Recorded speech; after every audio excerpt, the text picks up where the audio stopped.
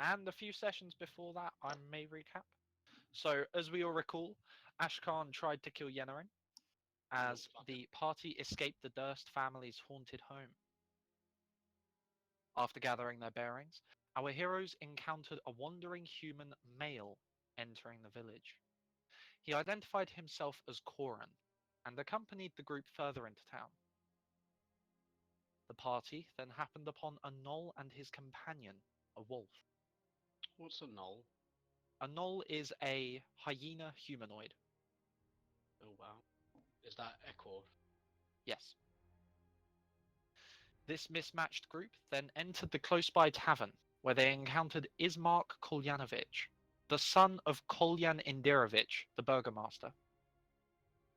Ismark pleaded with the party for help, and after a short while, they agreed. The party is now working towards his goal, taking his sister, Irina Kolyana, to a town far to the west, known as Valaki. However, before our heroes could leave, they agreed to bury Kolyan Indirovich at the Barovian church. During this endeavour, the adventurers happen upon a priest, Donovich, who had trapped his own son in the basement. He had done this because his son had been bitten by a vampire and was becoming one. The party descended into the Undercroft against Donovich's will and are currently attempting to kill his son, the vampire Spawn. Yennerin was left just outside of the Undercroft, alongside Irina. Ben, if you would like to go get your pizza, now is the perfect time. Boy, I'm gonna get it. Be right back. See ya. Binary, where are you?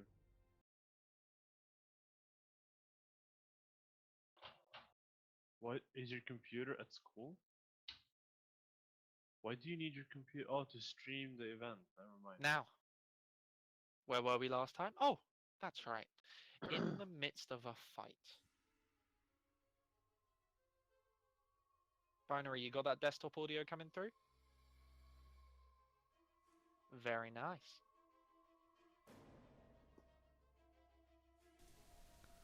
What's Oh, the there it link to is. Curse of Strahd? The link to Curse of Strahd. Do you mean the mind map? No, the stream. The stream.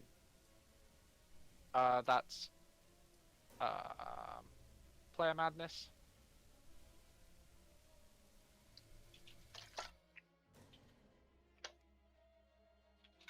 There we go. Domo arigato. Now, the next action to be taken was the vampire spawns.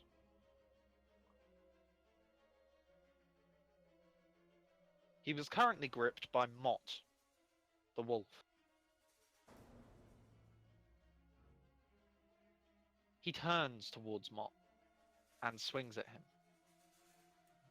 Oh, fucking hell.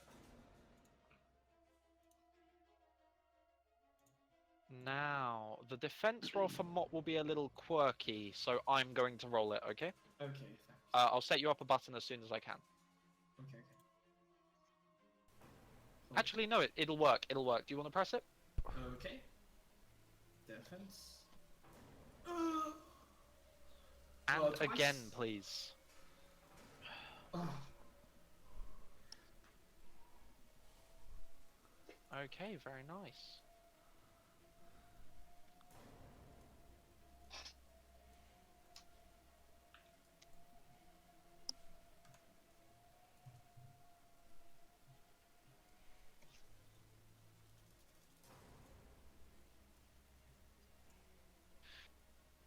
The vampire spawn twists, lashing out with his claws at the wolf that's holding onto him so tightly. The wolf takes 7 damage, slashing. As he continues scratching, the wolf is forced to back off.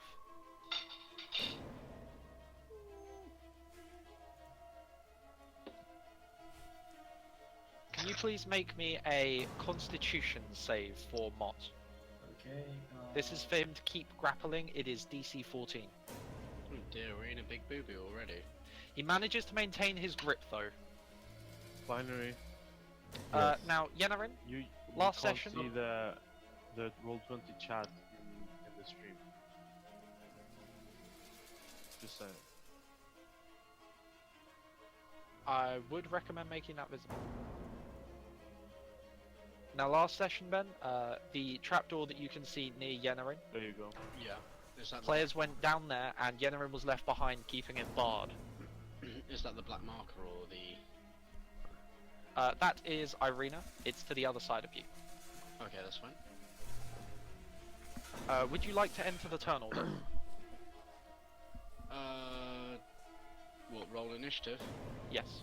What has my character been previously told to do? Your character was told, guard this trapdoor, and if anybody tries to break out of it, stop them. Break out of it? Break out of it. Okay, so he's keeping it shut. Yes. And is anyone attacking him, or is anyone trying to get in or out? At the moment, no. You are completely fine. Okay, And the who lady else with is you is Irina Kolyana, and I will show you her here. That's fine.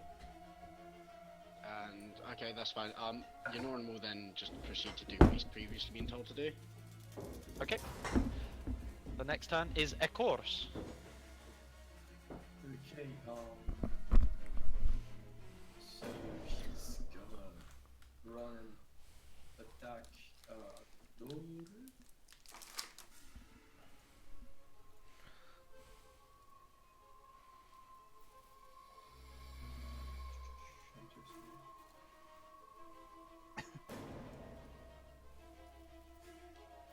A 20 and a 13.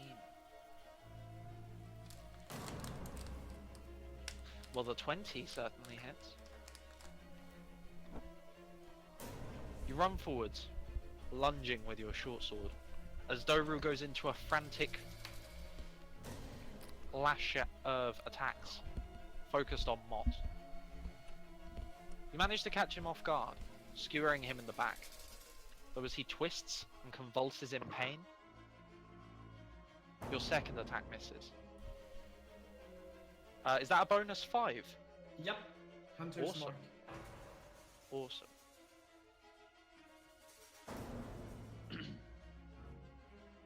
That's minus. Okay. It's Yen's turn, and she tries to keep her distance, but does contribute, firing her crossbow.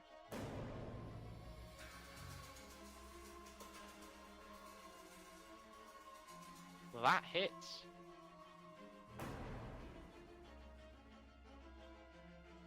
Ooh. Oh. As he's attacked from behind, he twists and turns. So Yen takes this opportunity to line up the perfect shot. When she fires it, it tears his chest asunder, grazing through it and allowing blood to seep out, drooling down his flesh. That seems uncomfortable.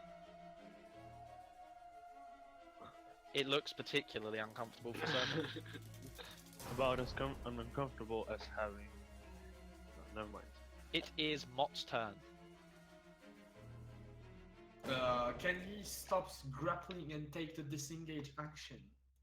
Yeah, sure. Okay, so he's going to Oh. hide. Wait. Oh, never mind. Sorry, behind the Echo. Okay.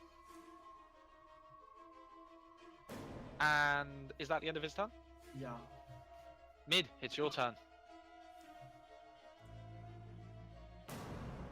Dude, this means that the thing can actually attack me again. Mid, Arga,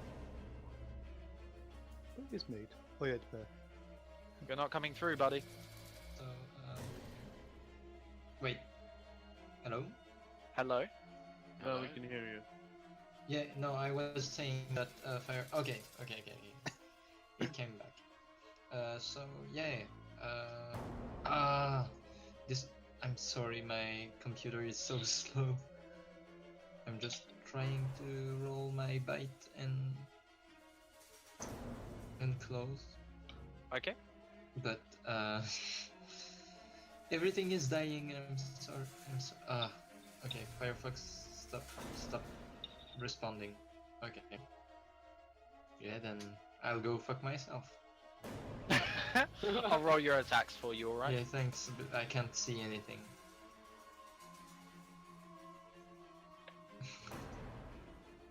Okay. While he's on the ground still, you rally yourself and dive forwards, mouth wide, teeth ready. You sink them into his flesh and hear a clack as one of his bones snaps in two. Oh. This gives him prime opportunity to break away from you. He twists his body and leaps back. And as you swipe with your claws, he goes over them. Though he definitely did suffer some damage, it did not look great. And I don't move. Okay, you go. Okay. Stuff. As you end your turn, he takes his reaction to flee, landing himself behind Callista. You what, mate? Khaleesi? Don't we Corin, get opportunity of It attack? is your. No, he No, disengaged. it was his reaction to take his movement while disengaging. Who's Callista? Is he a tiefling? Callista is a female tiefling. Oh shit. Hoot will move up to the square beneath the rogue using the 8 action. Okay. Karin will take us 2 squares forward and with booming blade slash at this dude. And I still have, if I remember correctly, my magic weapon. So dagger. I'm thinking that misses. Would everybody That know what I missed certainly as well? misses. Then with my bonus action, I'm gonna recast magic weapon on Hogan's axe. Is that not touch? Oh yeah, that's what I was gonna do. Remember. Why does this person have to move all the time? Stupid reactions. Well then, I'm fucked. That is my turn. Okay.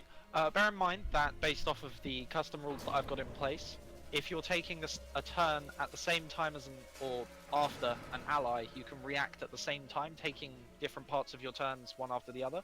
So your owl could actually fly away after having assisted you. Okay, then yeah, using her flyby, she will move to Hogan and I will use my bonus action to touch through the owl Hogan's axe magic weapon. That is very clever. I didn't see that coming. Listed it.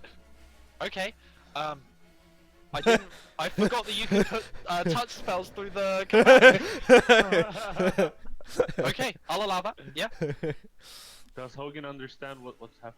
Your You axe see starts to an glow. owl that has clearly been helping you fly down, and it, as you prepare yourself to start moving towards this vampire spawn that's just run away, it essentially scratches your axe, and as it does so, your axe becomes more. Glowy. It gathers momentum faster. As you start moving it, it builds up speed really quickly, and you have to put in more effort to slow it down. Curious question. Yes. Can he roll for luck to see if the owl accidentally shits on his shoulder? No. Could I command the owl to shit on the shoulder? No, I'm kidding. You could, but I will I'm not not- allow I'm it not during gonna- combat. Yeah, I'm not gonna do it.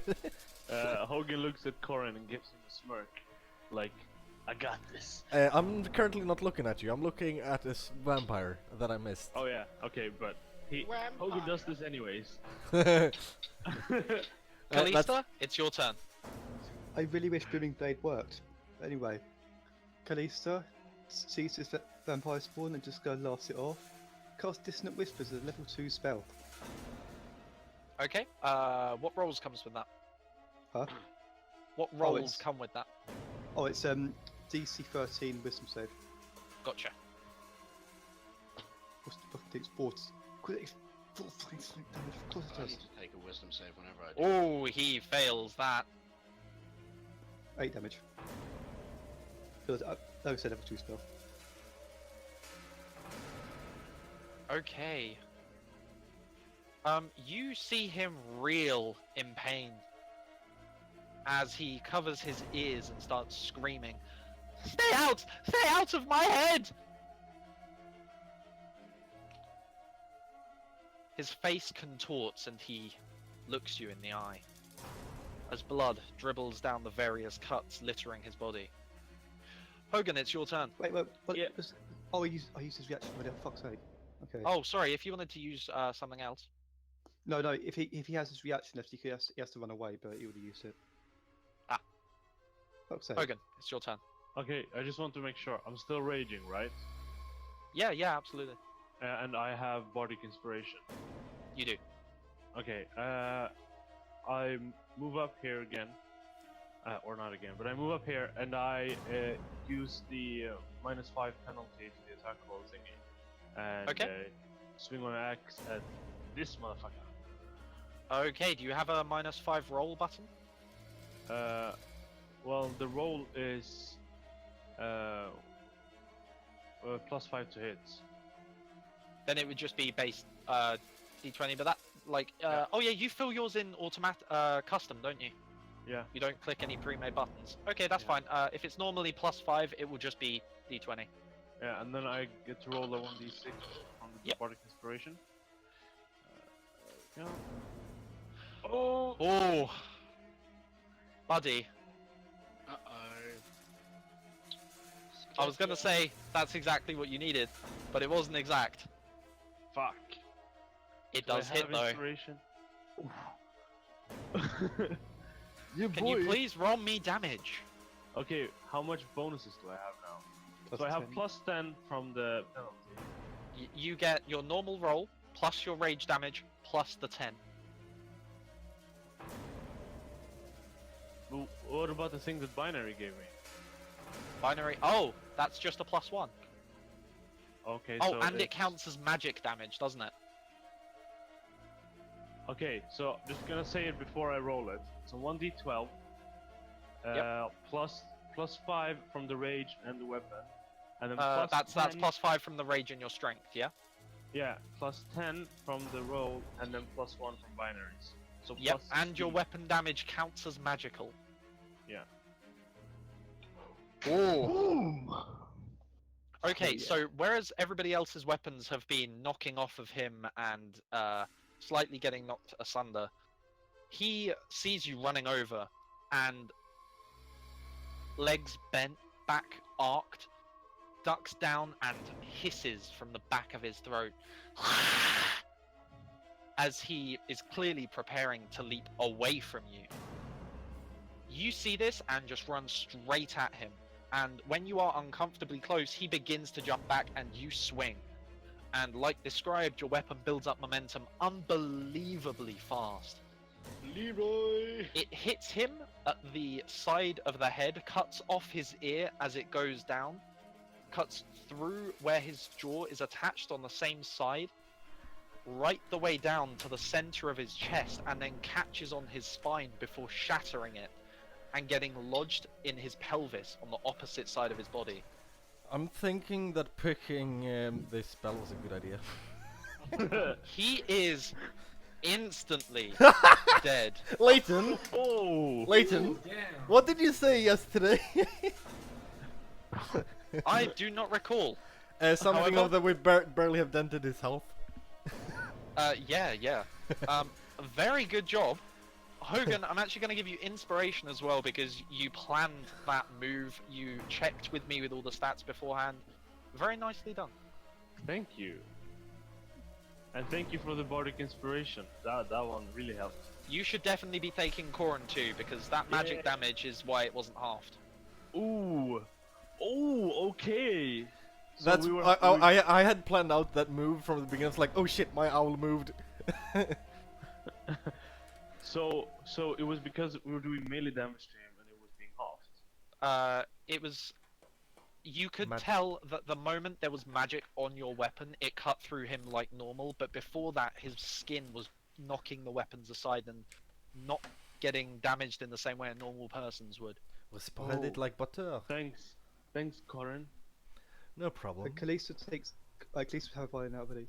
Kalista Yes, please. plays sad violin, to this vampire bait that's now dead. Ironically.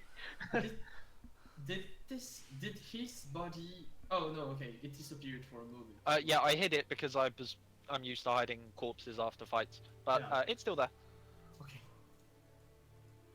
You guys. So, from your perspective, Yenaren, you hear shouting, clashing, screaming, and you're just standing there next to Irina, making really, really awkward small talk as Yenaren loves to. And eventually, you hear a really deep guttural shout that you easily identify as Hogan, and a slam, and then it all goes quiet.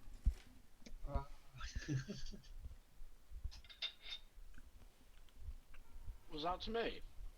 Yes, that's Um, what you hear from through the trapdoor. Just someone shouting and going, and then just stopping. Yeah, essentially.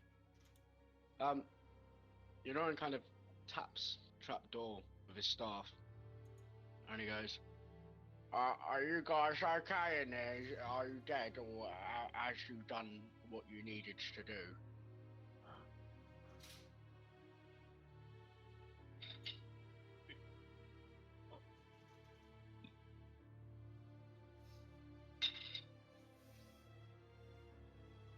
It does not.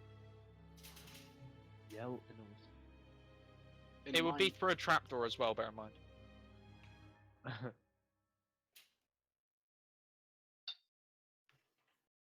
Oh, that is most unfortunate. You can understand. I won't be letting any of you out anytime soon. I'm closed. Binary, your voice isn't coming through on the stream. He's making a jape. We're all fine. The vampire's dead now. Hogan screams out. Did they give you Norin like a passcode or anything like that to identify whether or not they were successful in the mission? No, but he knew that they went down there to kill a vampire, and he kept saying, "We should find a way to cure it." That sounds like something to say. He was like, "Violence is not the answer. He's clearly trying to amend his ways." You hear Norin shout back and he goes, "So you weren't able to cure his current predicament from his body?" Why would you cure? Well, it's cured. For the moments we were down here, no, we did not find a cure for vampirism. Norin starts to open up the latch and sticks his head through the trapdoor and goes, "Well, I'm very saddened to hear this news, but I'm glad you're all well." Ben, you've been moved over as you climb down. Oh, there's a bear again.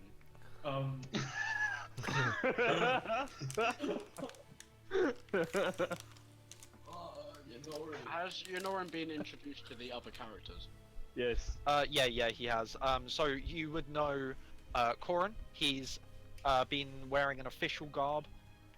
You yourself haven't seen that sort of garb before, but it does look very set. It looks like it's been instated by some sort of government. Corin will just presume your owl's on your shoulder for now, so I'm gonna get rid of that. He's always with a familiar, either a cat or an owl, and you haven't seen it take any other forms yet. There's also Ekor, the Knoll ranger.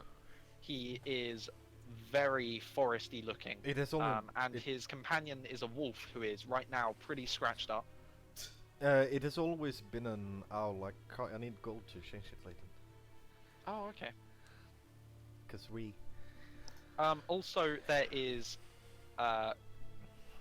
the tiefling female, Callista, who has been extremely abrupt with everyone, which you yourself keep muttering to yourself is very impolite. He keeps warning to everyone? Being abrupt, very to the point, direct. Your point doesn't really make much sense. I'm going to do what I want. Okay, that seems fine.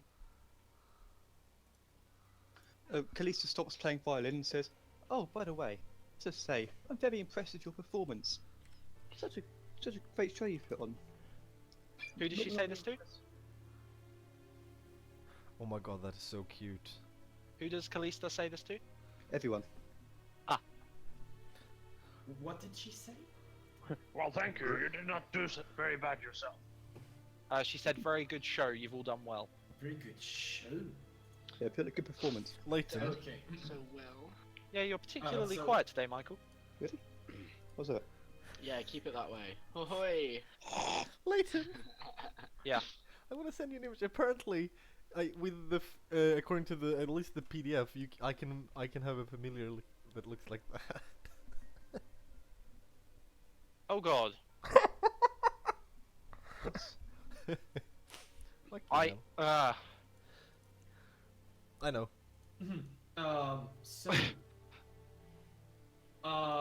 when Echo hears Callista saying that it was a good show, he looks at her and he says, "It's not a show. It's not a performance. So Don't you wait. realize how dangerous this has been? Do you even realize the goal and the consequences that what would have happened if he had killed us?" Not particularly. Not something I usually put much thought into. Don't really need to.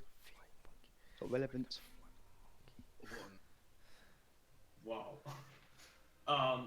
And then Igor is going to look at Hogan and says, "Thanks. I owe you." No problem. He hurt me too. I'd like to assume that everyone's fairly unhurt from this Completely unharmed. incident. Actually, I feel like my strength has weakened some. I don't feel like I can recover completely from this. Oh, that's very not- Hogan. Not good. Yes. Where you were repeatedly bitten, your flesh has essentially rotted. Your veins have closed, and it is like it's like having a chunk cut out of you, but it's still attached. It is like Oh. dead flesh on your shoulder. Oh. That's Does kinda- anyone know how to cure a vampire wound? Can Yonoran do his history? Because of the whole religion. Was it religion? Can I turn back into, Vampires, it would be. I'll let religion pass. Yeah, religion. Well, but I'm a Okay. ding dong. into a normal person? Yes, absolutely. I'll flip you over. A ding ding. A normal. I'm gonna make a button for this. I'm gonna make a little note that I need to make a button for this. Well, Are you saying bears aren't normal people? Are you being racist right now? Yes. I must this. Are you saying one race of animal is more important than another race of animals? It's fucking hell. I did my roll. Give me a sec, please. Maybe I will. Maybe I won't. Maybe I have no choice because I'm not the DM.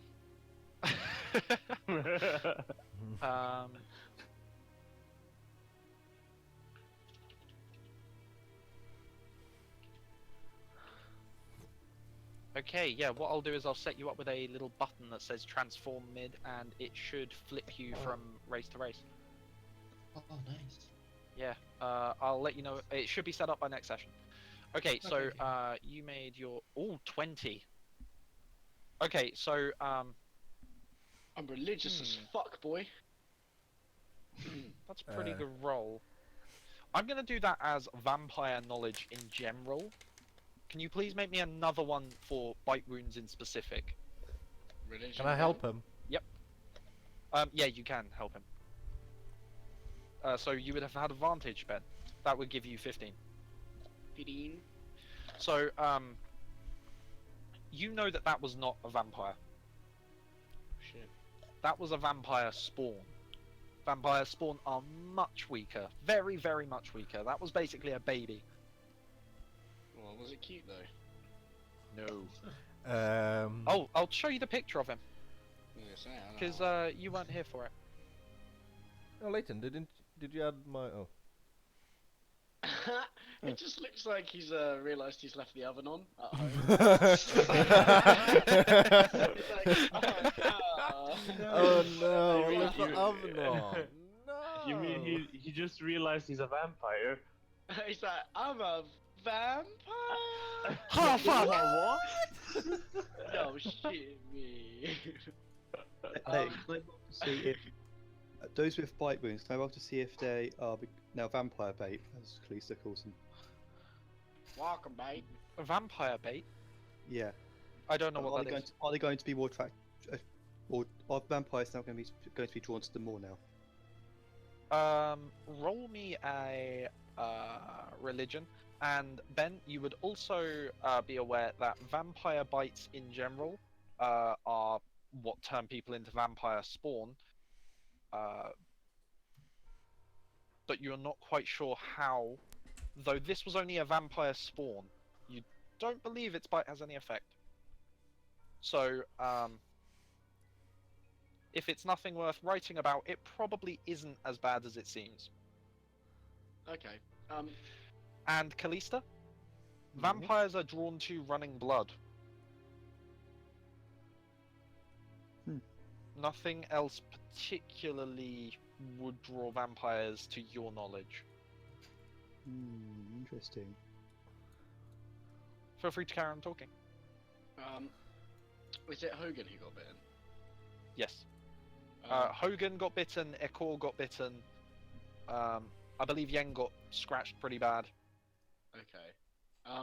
Yonoran turns to the others and he goes, to what I've got written here with me at the moment, it appears that vampire bites are what makes people's into the spawnlings or the little vampires that's not as powerful. So maybe your bites aren't going to be that bad. They just need some treatment. They do look very nasty.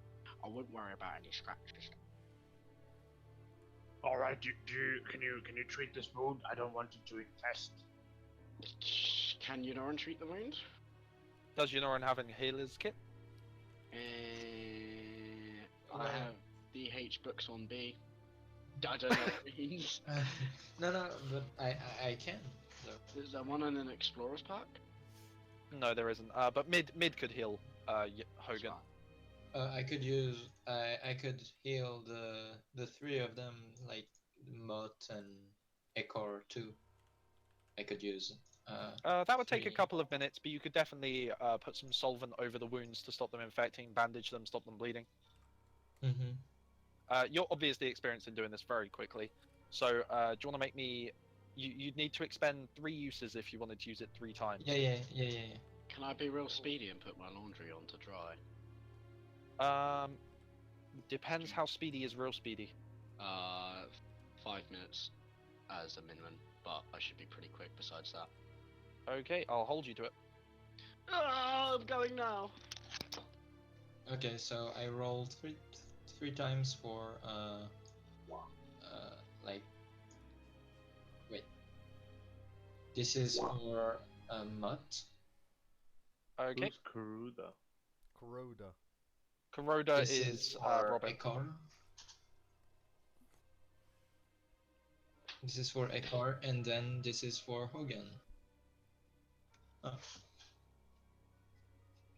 This would be back up to maximum for Mott, and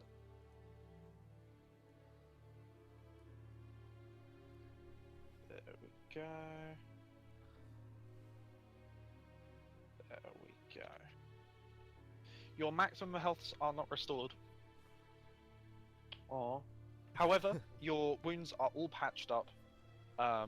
It just seems that this issue is going to linger for a while.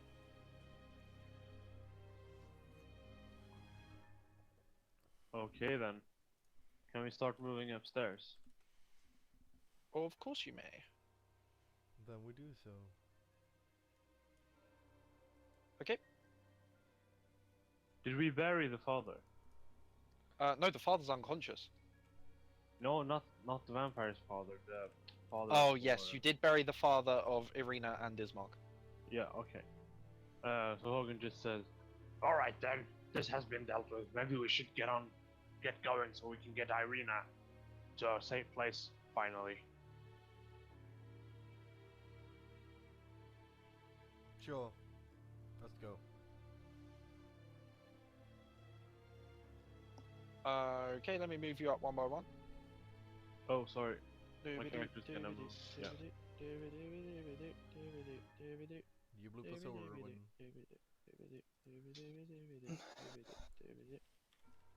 Layton. Do you Yep. wanna boop us over as well? Yeah, I will do. Nice.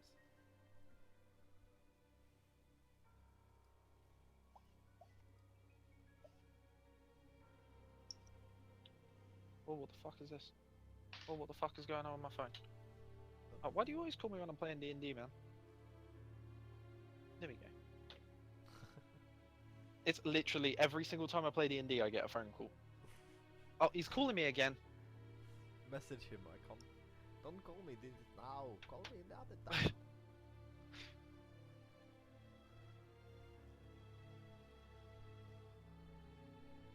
He wants to party, Layton. He always wants to party. He wants Ooh. to party. Feel free to move yourselves, guys. I'm Oh. stuck. Okay, it's gonna. Wee. Why isn't? Never mind. It is working. I was gonna say, why is my dark vision working? But it is. It's just not as dark as before.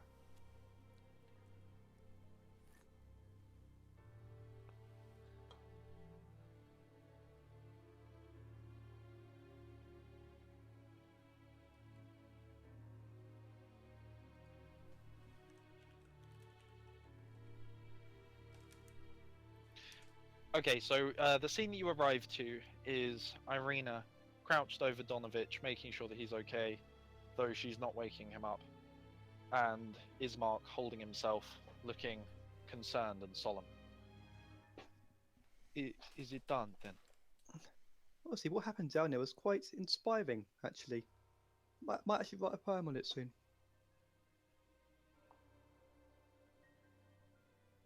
You get a strange look from Ismark, but no words were spoken. Wait, what? My poems don't actually end.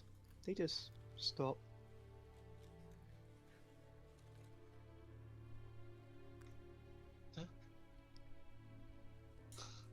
What is happening? Hogan says, Irina, Ismark, we should get going before he wakes up and realizes what happens. You want to leave him without even an explanation? He's just asleep. He'll wake up. He'll realize what has happened, and there's no. He's just gonna try and discuss it with us. But there isn't really anything he can do about it.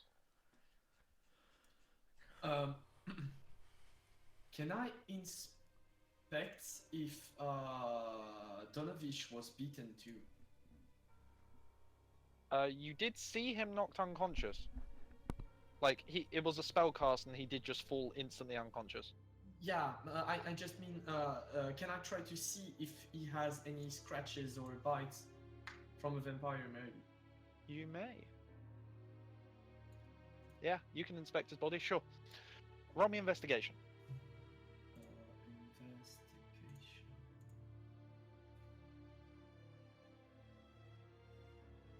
Investigation. He, once you check, has multiple scratch wounds on his arms, his back, his chest. He has large bruises on him too, littering the same areas. It looks like he really went through a struggle to get his son back in that basement. Okay.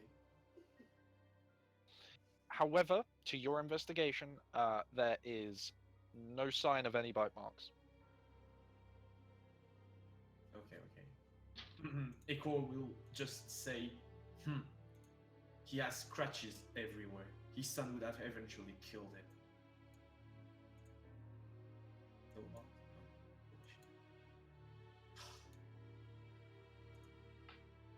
Well then, perhaps we did do him a favor. Though I do not think he will thank us for it. He certainly will not.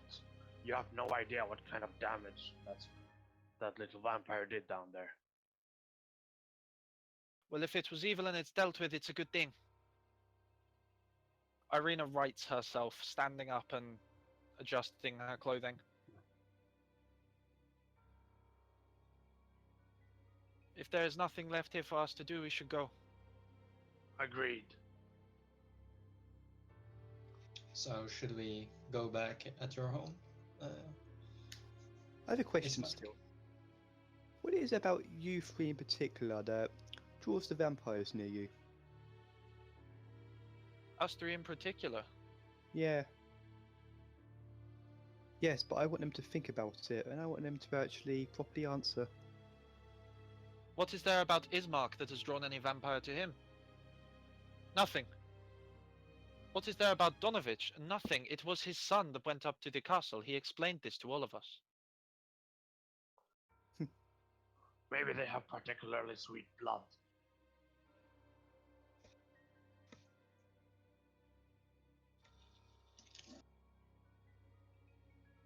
No? No one? Yeah, I thought about this, that they might be universal donors, but I mean, I don't think in this world they know what blood groups are. I'm Or a blood doctor. types.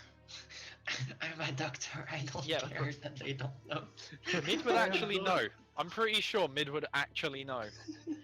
Dr. Jan Itor.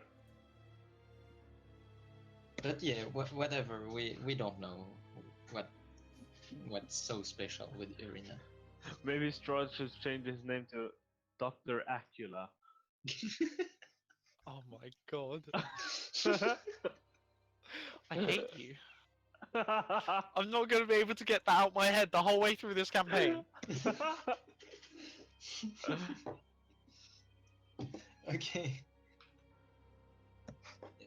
This place isn't very reassuring. We should go back to your home, Ismark.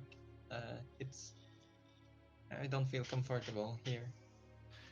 There is nothing back at my home for us. We should make a move as soon as we can. Oh, so we should we go to I forgot the town's name. Valaki. Valaki. Should we go directly to? Should we head directly to Valaki from here? I believe so. There is Oh. a very direct route. Well, that's up to the others then to decide. Is it agreed? He looks around. If it's agreed with all this lot, then of course. Yes, let's keep going, I say.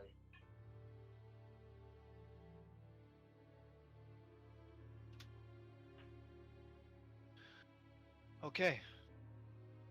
I would like to wait until Ben's back. Okay. Just so Okay, that he doesn't miss any big moments. Before Ben comes back, can I talk to Ismark? Absolutely. Okay, I ask him. Do you know how to treat vampire wounds? I feel like these are gonna take a long time to heal, and I would like to know if there's a faster way. Unfortunately, I do not. Perhaps a healing balm. We tried that already. Like I said, it seems like it's healing very slowly, Oh and I do god. not like it. You kind of pull back your straps where your weapon normally sits to show him just where this bite is, and the flesh is like sunken and hollow where all of the veins have depleted. Does it Oh, look like God. the... It looks like your body's going to just maybe need a bit of time. That looks terrible. Well, if you know any doctors... No, I don't call doctors. If you know any especially good healers, then tell me about them. But we should get moving. I don't think there are any in town, I'm afraid. Ben is taking a particularly long time. I do hear movement in the background though, I think he's coming back. Call him and tell him you want to eat his bum. Excuse me, sir. I would enjoy the experience of eating your bum. So Worded polite. like that. So polite he can't refuse. You're basically English. So polite, you're in. Ben, you back? Yeah, sorry about Yeah, that. awesome. We were just about to start waiting for you, and you got back just before we needed to. Oh man, I had to take 2 trips because I ran out of money on my card, so I had to come back, get my credit card, not my credit card, my bank card, put more money into the card for the washing machine. Oh. So I'd done 2 trips. That sucks. Man, yeah, I know. I was 10p short as well. Oh. Okay, Yeah, so long story short, the group agreed to leave while Donovich, the father of the vampire spawn that was just felled, was still asleep. Oh.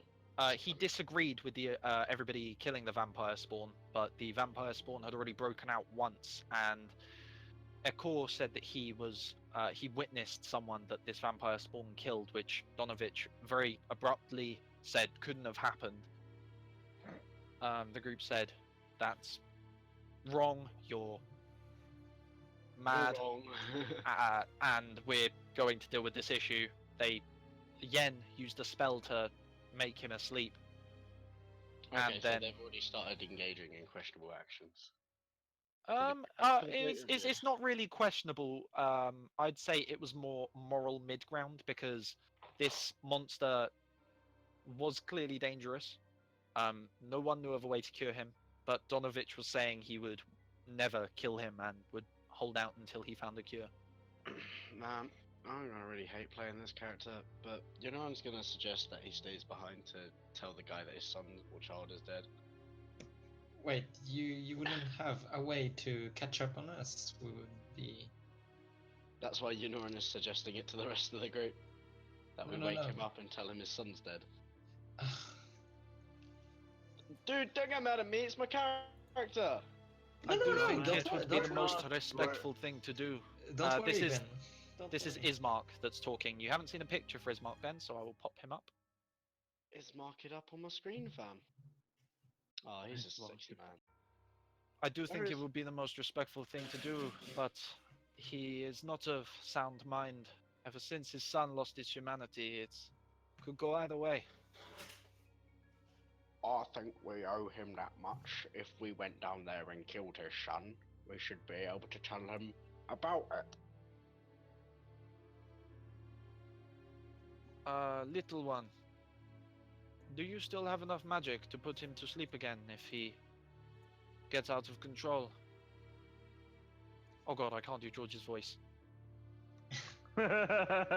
She says yes. Doesn't George just do his normal voice? He does do his normal voice, but I can't do his normal voice. Yeah, no. Just put literally in front of everything. In front of literally everything. she Okay, literally okay, just yes. stands there and says, "Yeah, whatever." Yeah, That was actually not that bad. Yeah, that goes. Okay. Oh god, there's still a turn order. Yeah, I was gonna tell you about that. Thank you. She says yes, and make sure everybody knows it.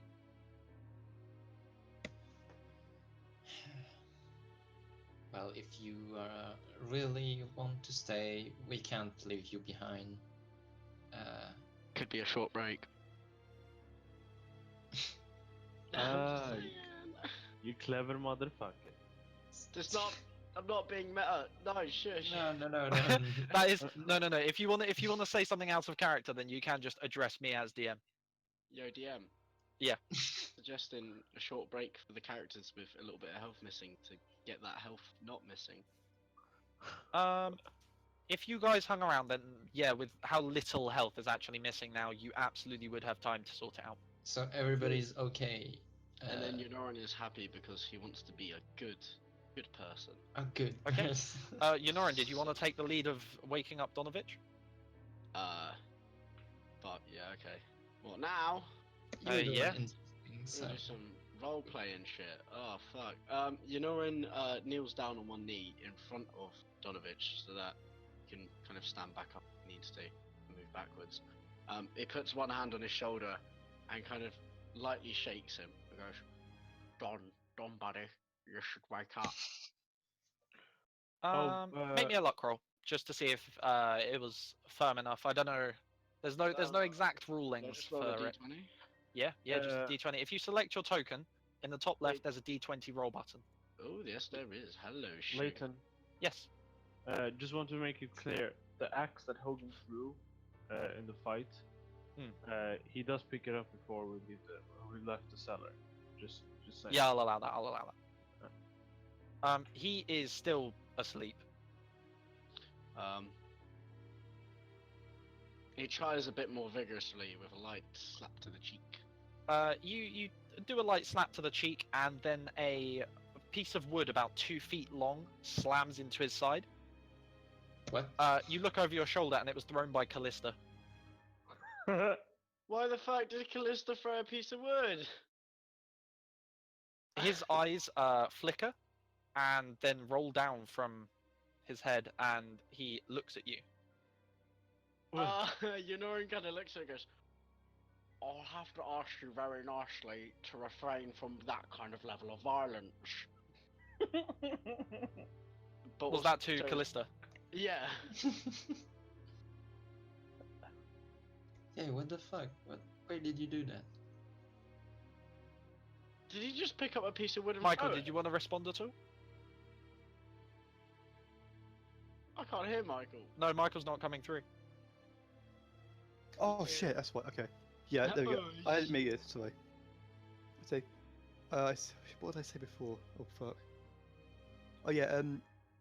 With what Yellovin's said to Callista just laughs joyfully, and Mead's asking why she did that. I said, "Well, yeah, Yellovin's taking the boring and very dull, unlively route. Got to spice things up a bit." Spicing things. Okay. That's I wouldn't not go as far how as you using wake fire right people now. up. That's how you put them out for a bit longer, you silly tiefling. There's a cough from Donovich as he wakes up. Do you know please check if he's not too badly hurt from having a piece of wood tossed at him? No, it would be a bruise at most. Oh, okay, that's fine. What is happening? Don, friend, to ask you to stay down for a little bit. You're a bit drowsy. I fell asleep. He You know- slowly rights himself, but he's still sitting, his back against the altar. That's fine. It'll be like, how are you feeling, friend? I am feeling a bit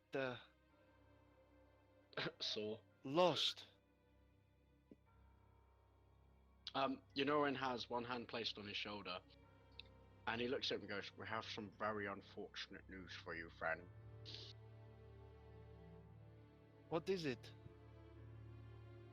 Unfortunately, we were not able to cure your child of his current condition. That And is in- okay. I have been trying to as well. We But only sad- need time. But sadly, in an attempt to help him, he lashed out and has been fatally wounded. Well, I suppose then it is good that he was bitten. His body can heal itself from fatal wounding. Wait, what? Yonorin, Wait, Holy you- shit! You did lock the trap door, did you not? Okay, Yonorin looks back at what- everyone because can I Ben take was you- doing can I laundry. Wait, sorry. Can you say that again? Ben? Ben looks- I look back at everyone because I was doing laundry.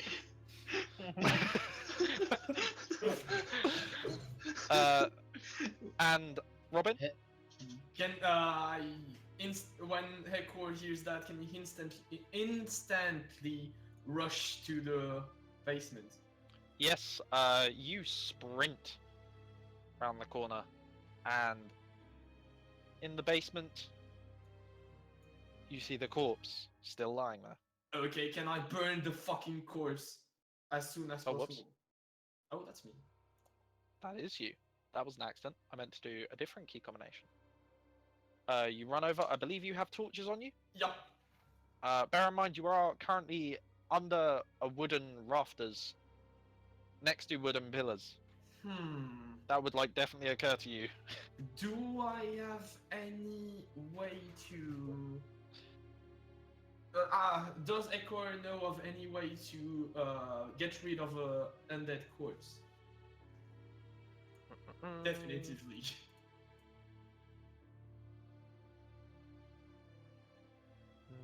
Not that I can think of. Okay. Though his body is essentially split in two. Doru's body. Yes, vertically. Okay, can I search his body before doing anything else? Sure.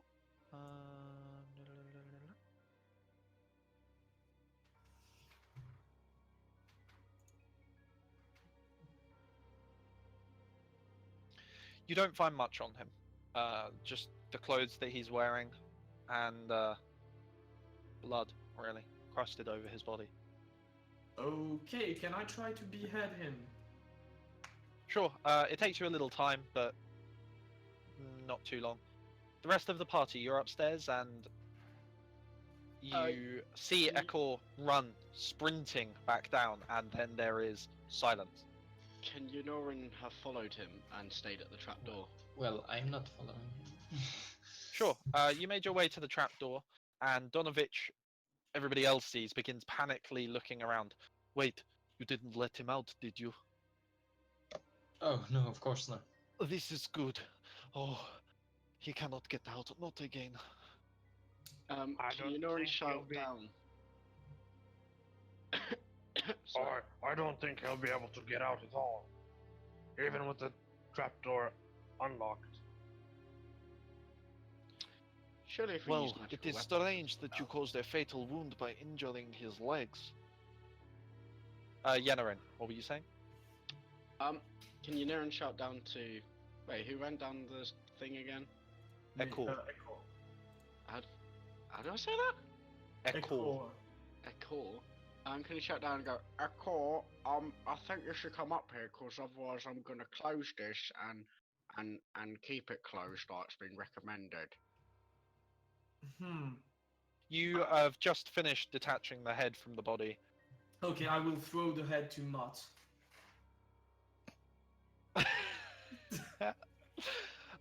Mott. Yeah, he would, wouldn't he? He begins like feasting away. Holy shit, that was. Can Yunorin see this? Yeah. No, yeah. Would... You have a torch in your hand. He would absolutely see this. Holy shit, Fucking hell. that is not what I was trying to do at all. What were you trying to do? So Mud grabs the head to keep it separated from the body just in case he was healing. Oh well, he grabbed it in his mouth and now he's enjoying it. Okay, can Echo grabs the body Yeah, sure. of Doru? What have you just done? Fucking hell.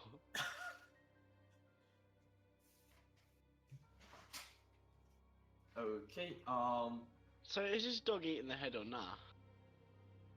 Yeah, it's biting at the face, peeling away the flesh, using its tongue to scoop out the eyes, chewing them away at them.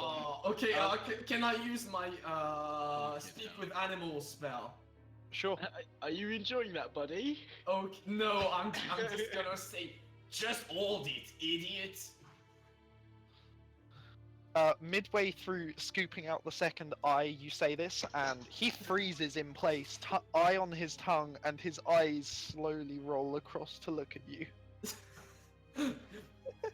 Okay, He slowly lowers the eye. It rests on top of the socket as he moves his tongue away, and while maintaining eye contact, he moves his mouth around to grab the hair and slowly lifts up the head.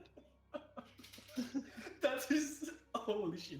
Yeah, can I communicate just the idea of him healing himself? Like Him just what? a mental image of the body healing. Oh. Can I like Yeah. make- I think that would be doable. Because The Mott saw him heal, right? He saw. yeah, his yeah, he did.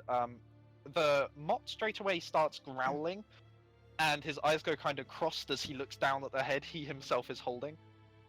He turns around very quickly and hits the head against the wooden post as he does so, and starts marching back out from the basement. Okay, did he keep the head or did he?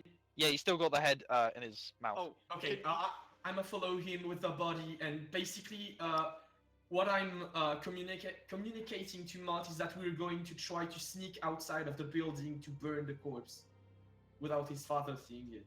When he gets to the top of the stairs, Mott turns and gives you a knowing look, and then hops up to the platform above. Okay. Can Unoran react? Sure. Unoran's kind of standing in the way of the dog with his hands raised up going, no, no, no, doggy, doggy, no, no, no, no. You can't say this awfully disturbing that you're doing this, Mr. Doggy. You've got to he's just mumbling on at the dog, trying to get him to stop his path. Like, kind of putting his hand forward on the You're like, as the dog's trying to jump up, it's like got its front paws up on the ledge, it's got the head in its mouth, and it's like scrabbling with its back Kind of- paws as you're in the way, and it's going. I'm just kind of softly pushing him back into this, like, cellar.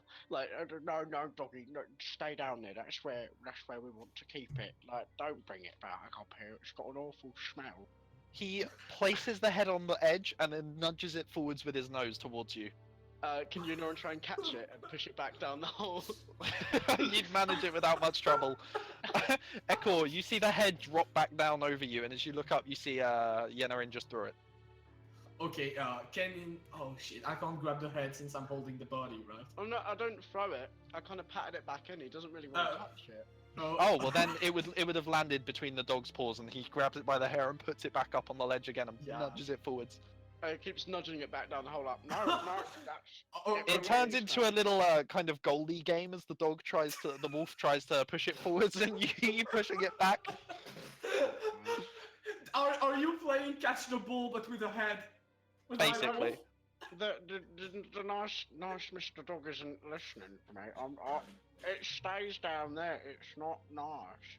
His father will be traumatized. Can Ekor just keep on walking and eventually see the scene? Yeah, you would absolutely see the scene of Yennerin. From your perspective, you can see Yennerin looking down, and you can hear thudding as something rolls back and forth. You can also see that Mott is not being allowed up the hole. Yennerin's visibly become paler as this is happening because he feels a bit sick.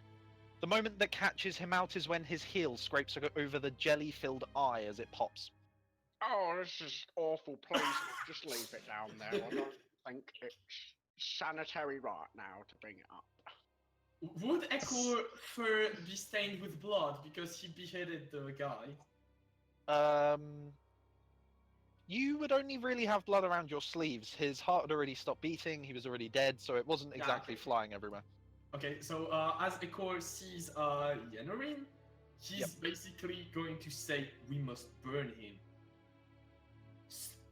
Help me. We've got to take him outside and burn him. Do we really have to do this right now? His father is in mourning. This is exactly why we have to do it right now. But if he sees us carrying his son outside, he's gonna be awfully disturbed. I don't want people getting upset. Okay. Please put that down. Please stop it.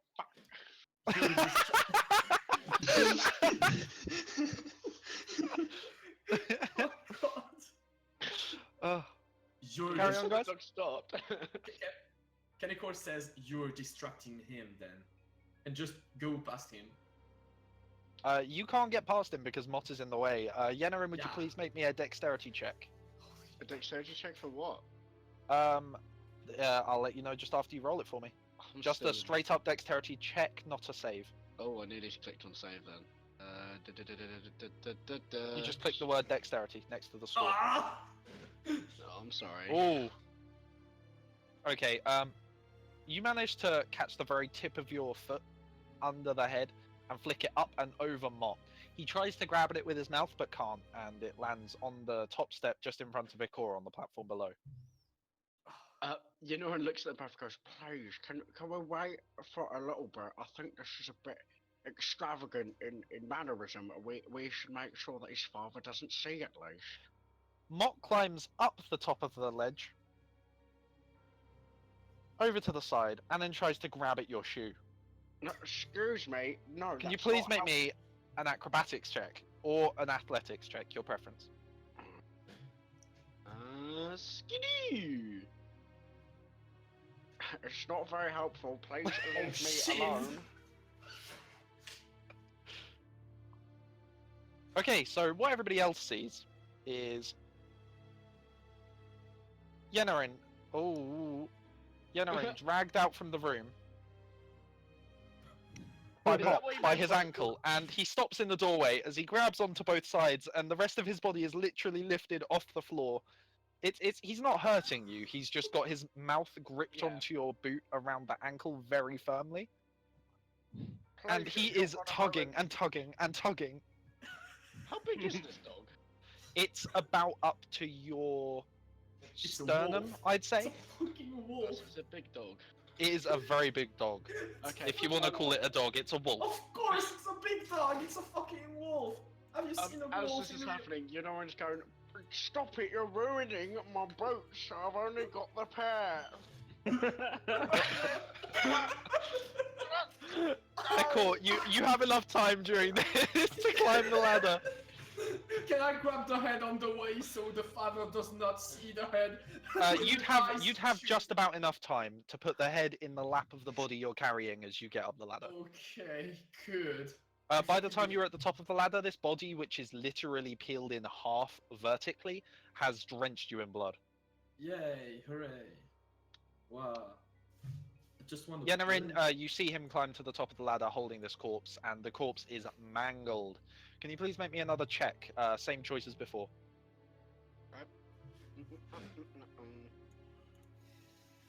Well, acrobatics would it be athletics now because I'm being pulled? It's still your choice of the two. I think realistically it'd be athletics. You can't be acrobatic when a dog's pulling you by the leg. So. You can try. You can always try. Yeah, but I'm trying to be more. You can realistic. try and do a backflip if a dog's I'm late in. I He's just- still got your leg, and he is still pulling you until finally he gets you loose of that first doorway, and pop, you're off, and then pop, you're stuck on the next door. As he does this, you know, and just goes, "Oh fuck, bugger," and starts going, "Oh!" Comes into the other room. Holy shit! I was aiming this to be stealthy. Oh, He's trying to talk wolf to the dog. Wolf. He's just going, "Oh!" like, as the car go past him, he will like silently growl like at him. You're not a pleasant animal at all, young sir. Can you please let go of my leg? And yeah, Echo just will try to go outside as fast as he can. You know, and just starts going like, I get it, okay, fine. Okay, now, moment of silence, please. Get the choices with this. You step forwards with the body of Donovich's son, rather obscured from view, and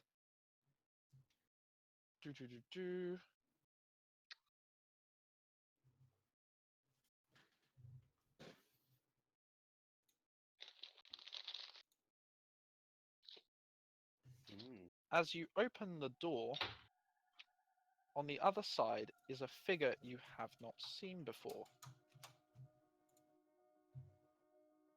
Which door? Ah! But Okay. Are we gonna die? Holy It's a rather hallowed-looking gentleman.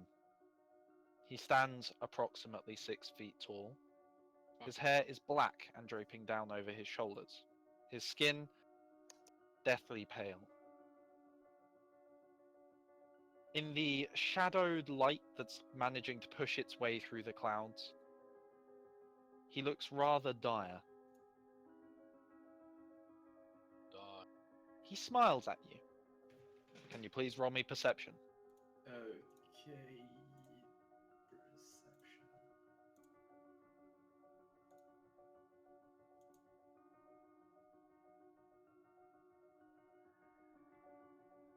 That's supposed to be.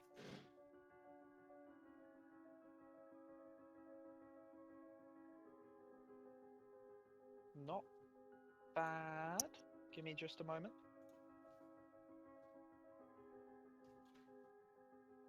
If it hadn't been for Captain Nigel, I would have married a long time ago.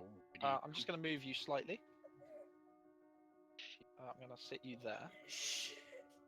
You Your leg. can see that behind him, lurking in the mists, lurking in the distance, there are multiple wolves.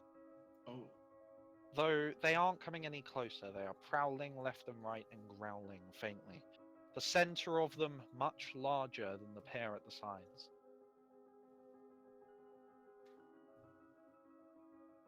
Hello, he says, smiling. Kind of. His eyes seem dead, though his mouth is grinning warmly. I am STRAHD. Roll credits.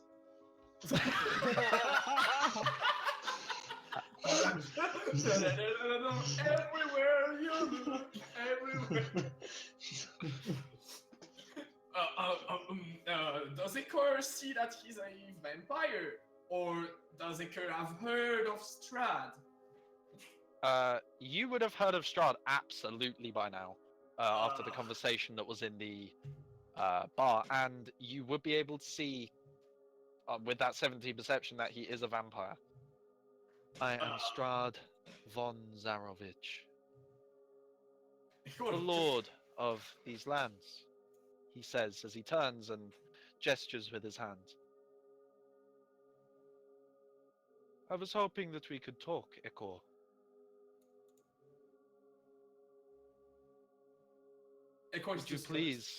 Would you please invite me inside? Don't do it. You have to. You are right now holding a corpse in your arms, the head in its lap facing STRAHD. I'm kind of busy. And he hasn't even taken a sideways glance at it. His eyes are locked with yours. Holy shit. Don't do it. Are the doors locked? The doors are open. You just open them. Oh yeah. Oh sure. Don't do it. Does Hogan hear this? Hogan, you would hear that he's talking to someone, but from the end of the corridor you cannot see who, just the silhouette of a figure. Okay, I was about to go outside, actually. I'm kind of busy. Well then, by all means, join me. I might be able to help you with whatever it is you're doing. Dude, just fucking come back inside and put the body back in the basement. Fuck. Can Yanoran have settled his issue with the dog and like gotten up by now? Hogan thinks that he's been gone suspiciously The dog, long. I feel like his personality, just from the description that's in the side bits, he would absolutely be oblivious to social situations and tension and all of it. So I'm going to need you to roll me your choice of an acrobatics or an athletics. Okay, Yanoran looks at the dog and goes, I understand you're enjoying our play, but I really ought to see what's going on. Oh, fuck's sake. The dog actually responds, the wolf Mott actually responds really nicely to this. And he slightly whimpers as he gently lets go of your shoe. Can he, like, pat its head like good boy and then walk out the door? Mott will remember this. God, I feel like And yes, you may feel free to move. I feel like I'm playing a Telltale game. Yeah. But I come standing out, and do I see what's going on? You do. And Mod actually slinks around you and pads over to just under Ekor's leg. Does Yanoran know who STRAHD is? Yes, you have heard him mentioned countless times. You know him as a vampire. Okay. From there, you can tell it's him. No, you heard him introduce himself. Okay, and I heard his request. You did. He puts his hand on Ikor's shoulder, whichever one isn't got the body slumped over it.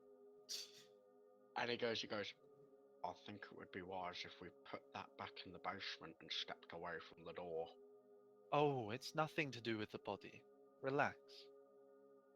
No, I but pay a visit to every one of my land's visitors. Okay, so I'm step back and allow him inside, basically. Still watching him like intensely. You know, Do you say anything? Says something under his breath like, they have to be invited in a voice. Nah, You're gonna need to be a bit louder. That didn't come through the mic, Ben. Oh shit, sorry. He goes, you have to invite them in, otherwise they can't come through the doors. Oh, no, I've got some books. Did that come through? Yep. Nice. I didn't hear it though. Oh, he said you've got to invite them in, otherwise they can't come in. They're vampires, and my book says this. Oh, Yanorin did say that? Yes. Yeah, I've been told that I'm allowed a rough knowledge on vampires, so I'm going to assume anything I can remember would be applicable. Yeah, it would be a childhood story. If you say they can't come in, they can't come in. Yeah, Okay. he's pretty determined. So Ekor is just gonna intensely stare at Strahd and say, "Alright, come in." You know, and just kind of goes, right, this isn't gonna go very north. Strahd's smile spreads wider. Thank you. I was not expecting such warm hospitality. And he strides confidently in. You know, and looks visibly like unhappy with what's going on. Do I recognise this as STRAHD? You would not. You would recognize this as a man about 6 feet tall, and since you've just had interactions with a vampire spawn, you would be able to tell it's a vampire. Okay. The aura he gives off is overwhelming. It's like he owns the place, like you are there to be commanded. And as he steps close to you, it's like you are in his way and should be moving. And he does confidently stride down the corridor. Down the center of the corridor, brushing close to each of you.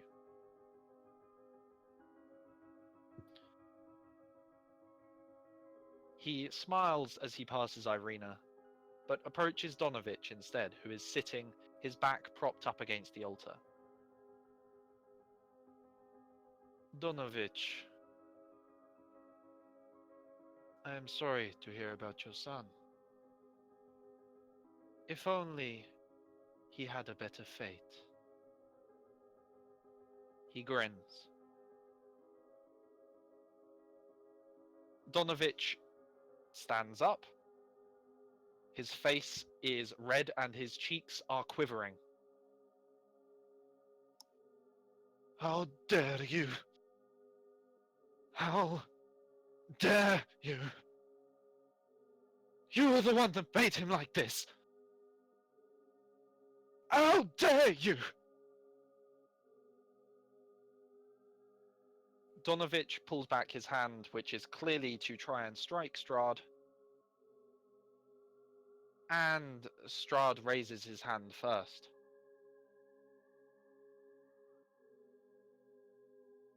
Give me just a moment, sorry.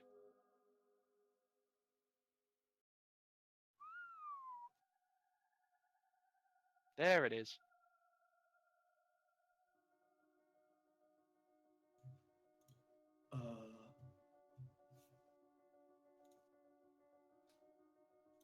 I keep pressing next page, and instead of going to the next page, it's just staying on the spot and flinching. Leighton. Give me one moment. I'm just going to pop something into the chat for myself. Oh, bloody hell. Yes, what's up? Meanwhile, can Ekor use the speak with animals that he already has to speak with the wolves? Sure. Give me just a moment. Strahd swings the back of his hand towards Donovich as Donovich swings his palm down towards Strahd.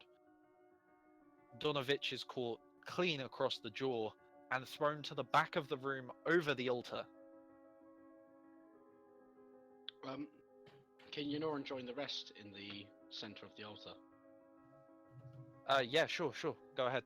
More concerned about the vampire. Ekor, if you want to move, you can as well.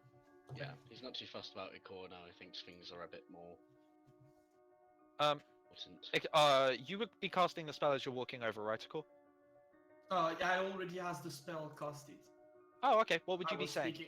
I would basically just make a contact with them with the spell and try to see what happened recently.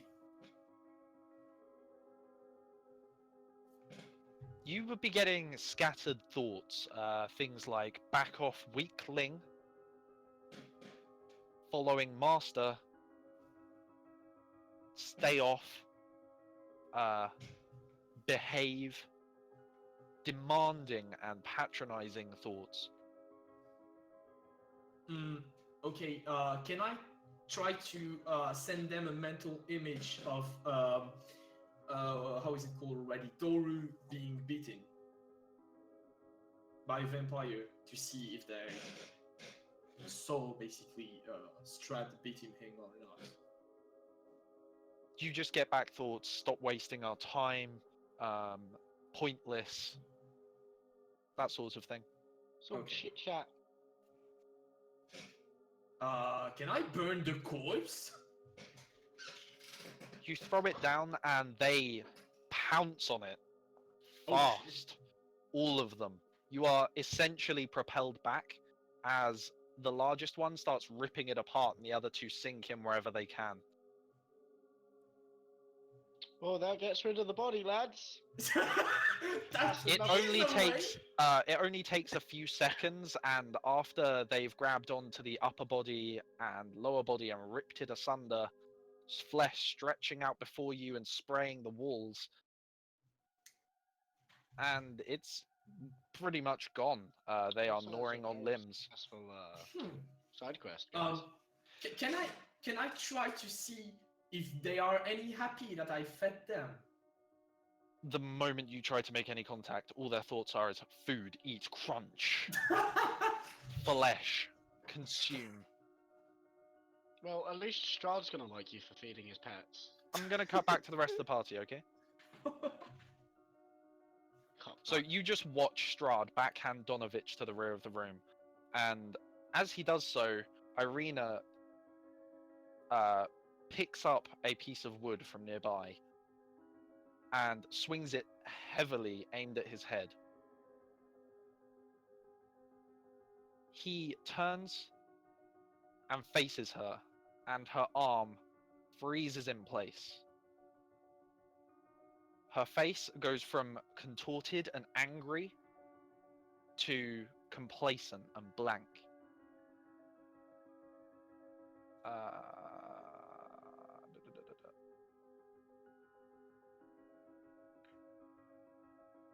And a faint smile reaches her lips.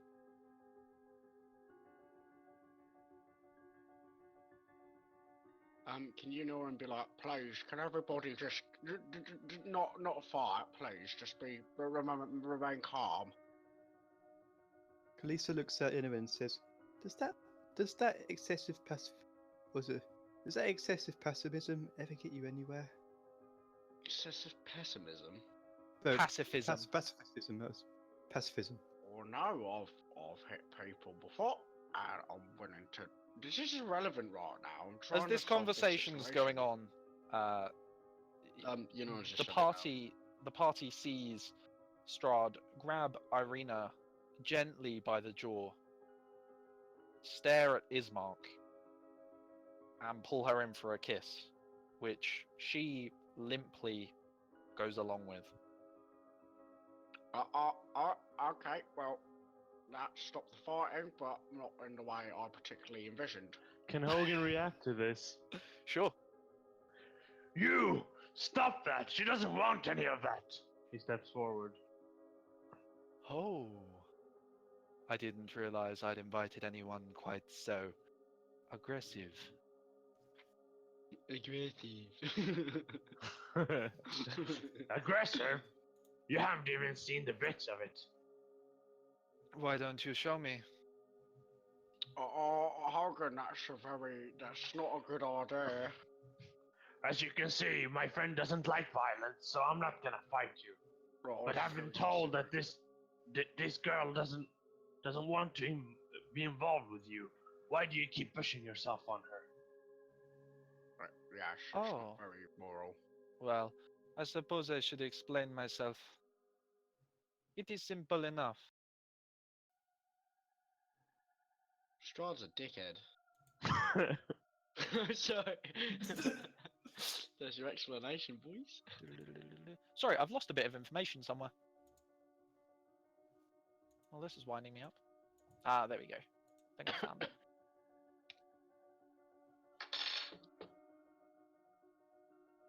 I mean, he's a vampire. He's probably like in like a couple of 100 years old. This is practically paedophilia.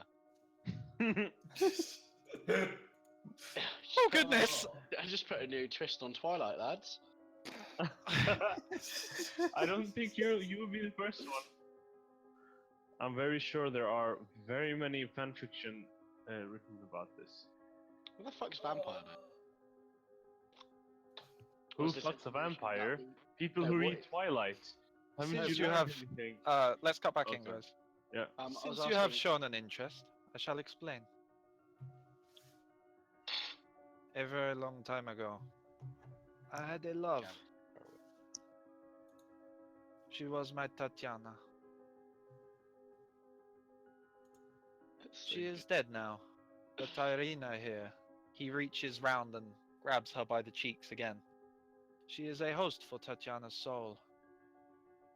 And Tatiana's soul belongs to me. Wait, so that's not Irina, that's Tatiana. They are one and the same. You're not in. Oh, How did her soul get into her body? How That's did quite Tatiana's soul get into Irina's body? well, how do you know my name?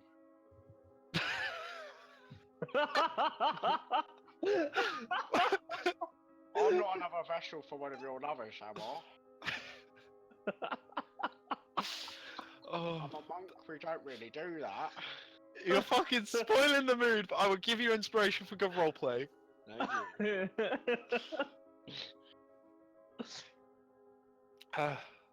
Sorry, can you repeat that line, please, Hogan?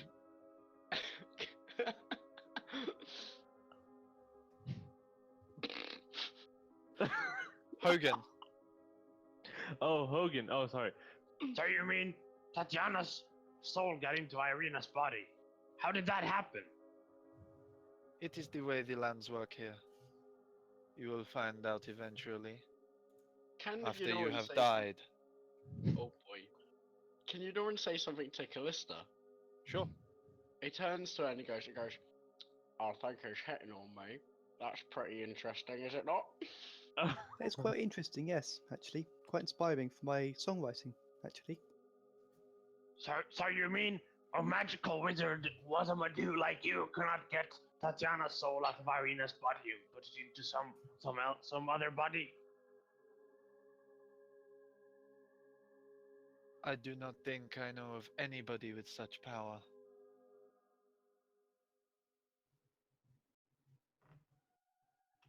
Now, Goran. Now this is awkward because I don't think Binary can talk. Oh, fuck's sake. Oh, he already had it prepared. What a lad! Yes! Oh, I am very impressed. Okay, Binary. Instant inspiration. Oh shit. He's already asking for it. Oh, brilliant. Okay, I'll do it in as good of a Binary voice as I can do. Lord STRAHD, could you please tell me more about Van Richten? What can you tell me that you have not already? Disclosed. Van Richten has been a thorn in my side for a while. I do not know if he is here, but I have heard stories. Who is Van Thingy? That is none of your business. That wasn't me role playing. Then you shouldn't be asking. Actually, no, that's fair enough. That's me being harsh. Sorry. Yeah, I haven't been here for a second. Yeah, absolutely. Sorry, I forgot. Van Richten is a name that nobody has heard brought up before, which is why I was so harsh with that. Sorry. Yeah, you. Shit. That was unreasonably harsh. I'm really sorry. I'm gonna come back to Eastbourne and shit on your chest. He'll be at Spoon's tomorrow, just let you know. Oh, Not if I come back to Eastbourne and shit on my chest first. It's a race. Who has he killed, and do you know why, if I may ask? You may not. Oh. Can you Find pipe him. up? Yeah. He goes, how do you know our names? There's two people you named on a first name basis. It's rather peculiar. 3, actually. No one's not good at math. Fuck man, I'm putting this character bio right now, I don't give a shit.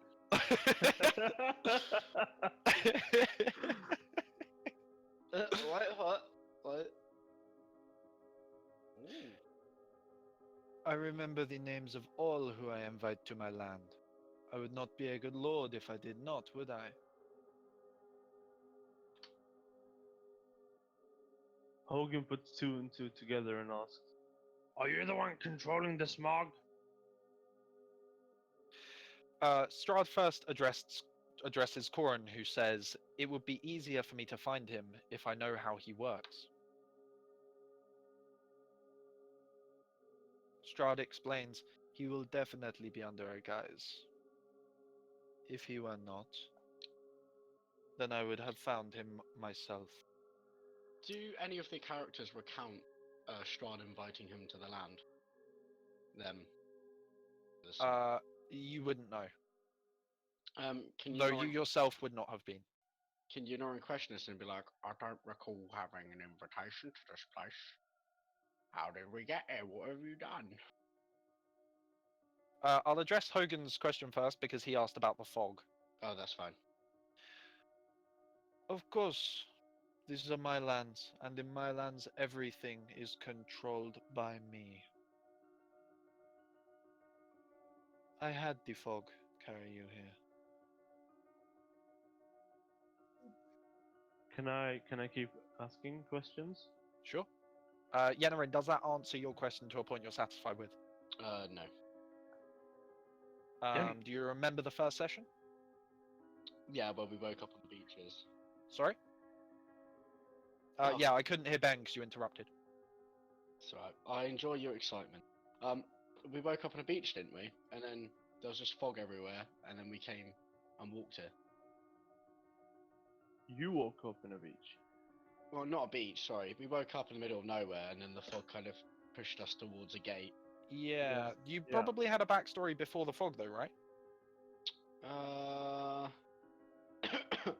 Yeah, I think I did. Well, yeah. You were traveling, you got caught up in the fog, and then found yourself on a lone road.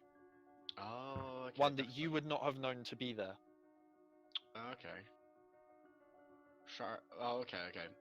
Yennerin's just kind of like, oh, I was walking around. The fog kind of put me off path. It's his fault.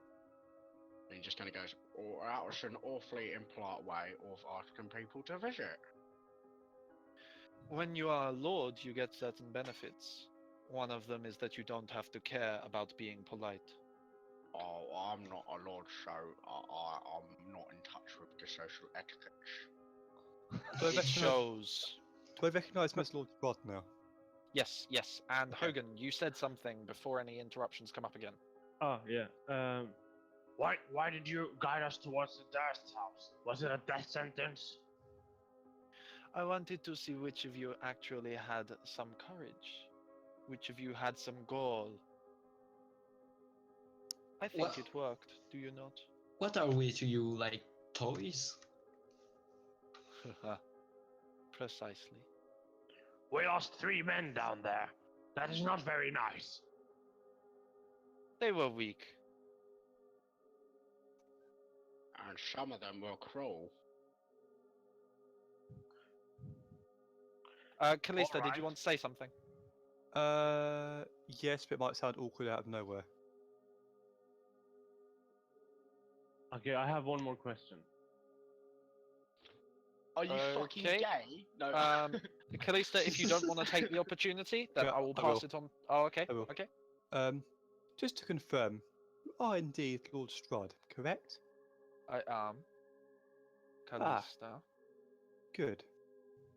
I've actually been searching for you for quite some time now. I believe I that you realize. hold.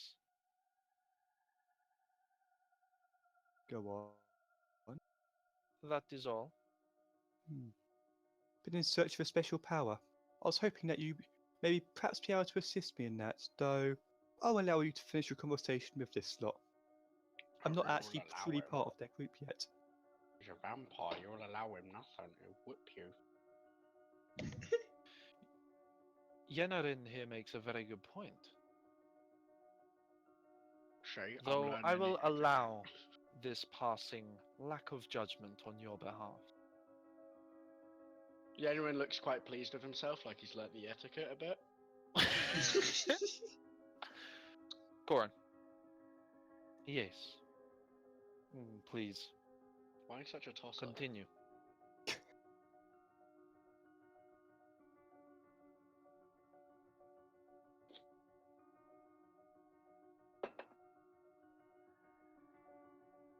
He will turn up in a town. He will be there for weeks, months, years. And then one person will die. And he will vanish. Can I roll a history? Because I don't really know what they're on about.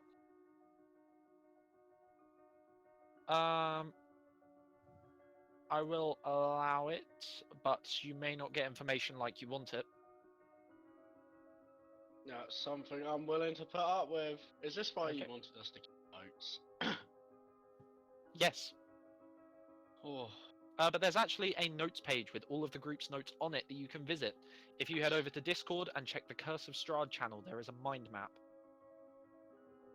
Curse of STRAHD, Curse of STRAHD. It's really small. It's the most recent link. Just give it a click, and it'll open up a website. When it's still With a 6, you are as clueless as your character is as clueless as you are. You have no idea what they're on about. And just to give you all a bit of a zoom in, there's the token. That looks like from MTG. Could I ask my last question? Go for it. Alright then. After what happened in that house, I believe you owe us an explanation to what happened to the dusts. Fine. Since you seemed so determined to dig up the past, I will explain.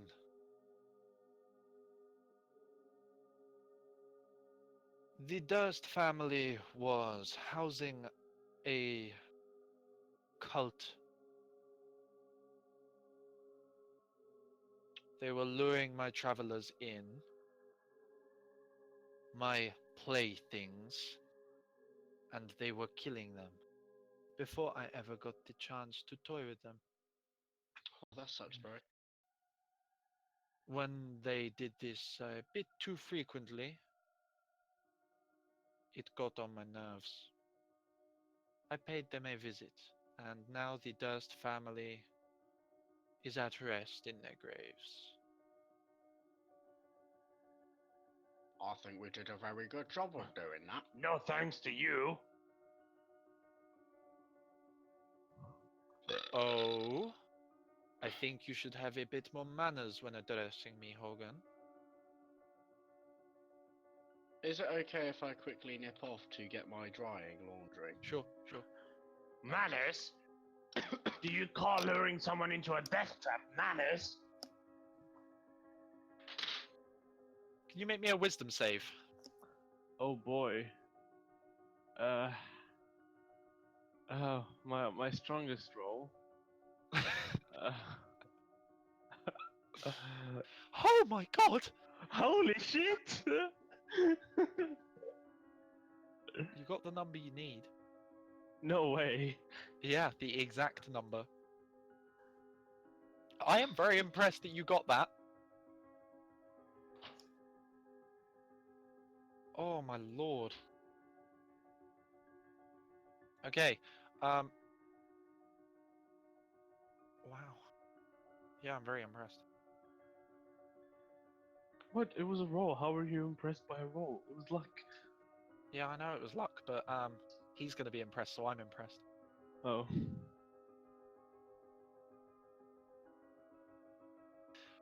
He glints his eyes, and it's like there's a flash from them.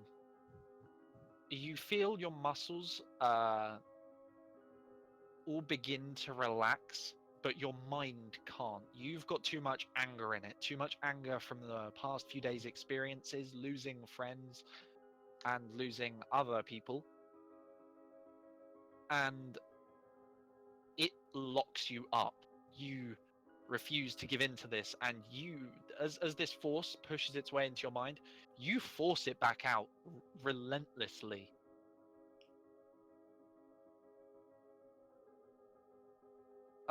You can tell that he just tried to use magic on you, but he has no idea that it hasn't worked yet.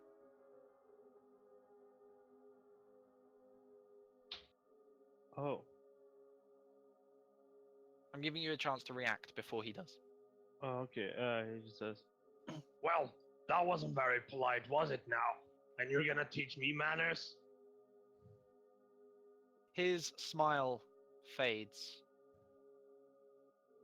I will teach you manners if I need to. Go ahead. Convince me it's necessary. Wait, what is necessary? Needed. Oh. Okay.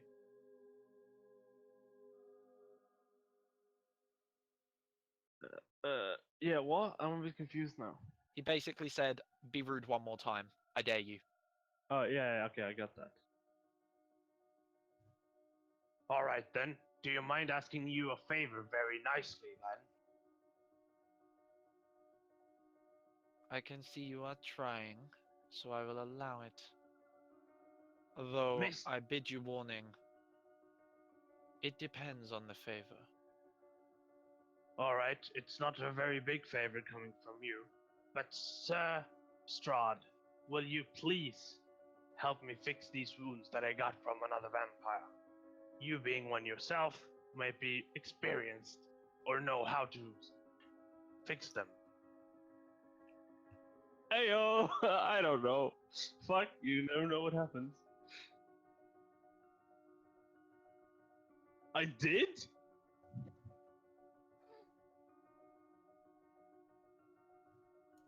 I wouldn't know any better?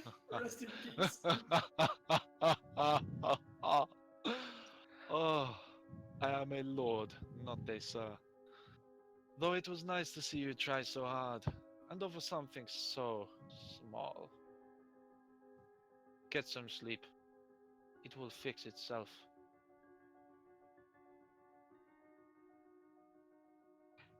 Now, it was very nice to have seen you all, and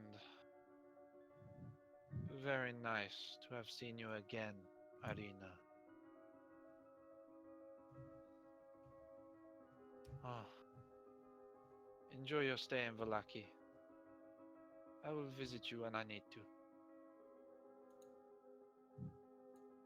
And he pushes between... Well, he doesn't push, he walks between Callista and Yenaren. Down the corridor, and Ekor, you can approach him if you want to. You would know he's coming. I will approach him. Oh, I can stand in the middle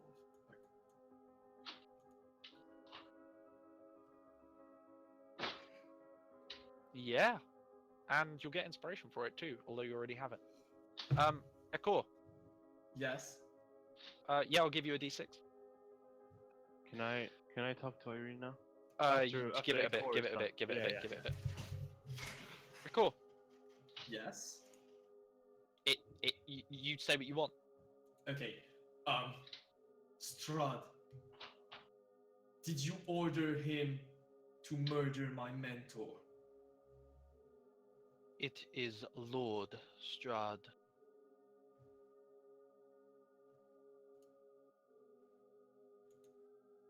Try again. I'll simply stare at him.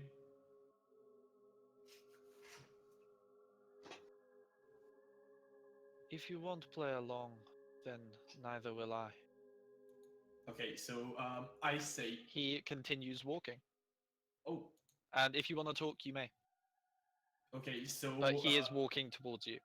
Yeah, after he said that, I will say, Lord Strad, did you order him to kill my mentor, Balama? That is much better. Yes, I did. Okay. I wanted to play Acor.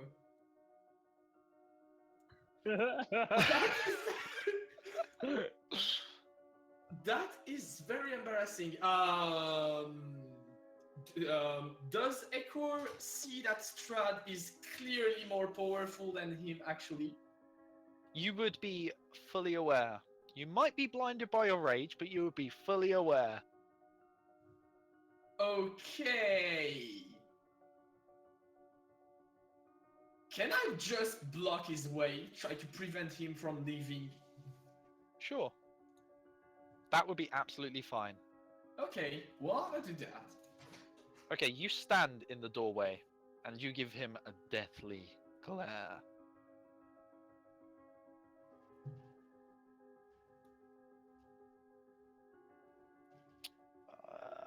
Okay.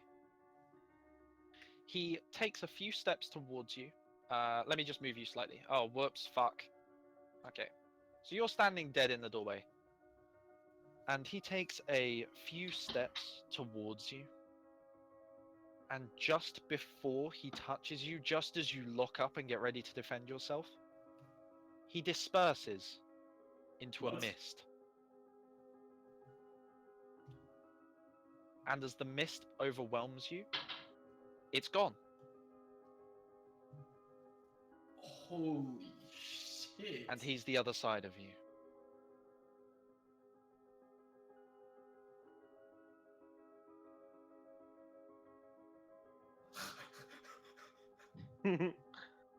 Yeah. Enjoy your stay, Ekor. You have only lost the first of what is to be many friends. Ekor is just gonna say, someday I might kill you, you know? Someday you may grow old and withered. Though if I get my way, you will be mad long before then.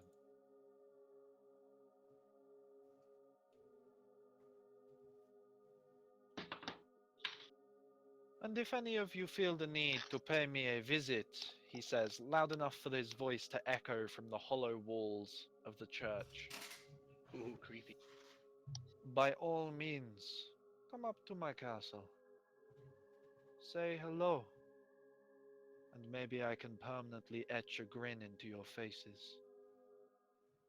I will make sure.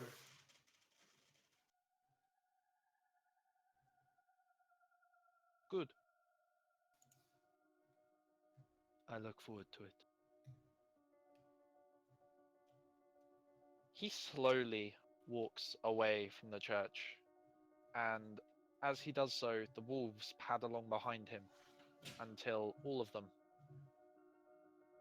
are out of view. Before I talk to Irina, can we have a bathroom break? Sure, we'll call a bathroom break right now. Aww. That'll give me time to have a look at Good and Evil.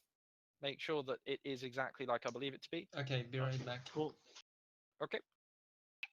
I don't want your number, no. I don't want to give you mine, no. I don't want to meet you. Oh wow, it looks very nice. Yeah, designed by yours truly. I like the way it has our stats at the bottom. Yeah, boy. Am I the only one watching it? Likely. Keep it like that. Moral support from within. It unfortunately seems that most people have better things to do with their Friday evenings than watch other players play D&D. Like get really drunk or play D&D. Yeah, one or the Who other. wants to get really both. drunk? That just sucks.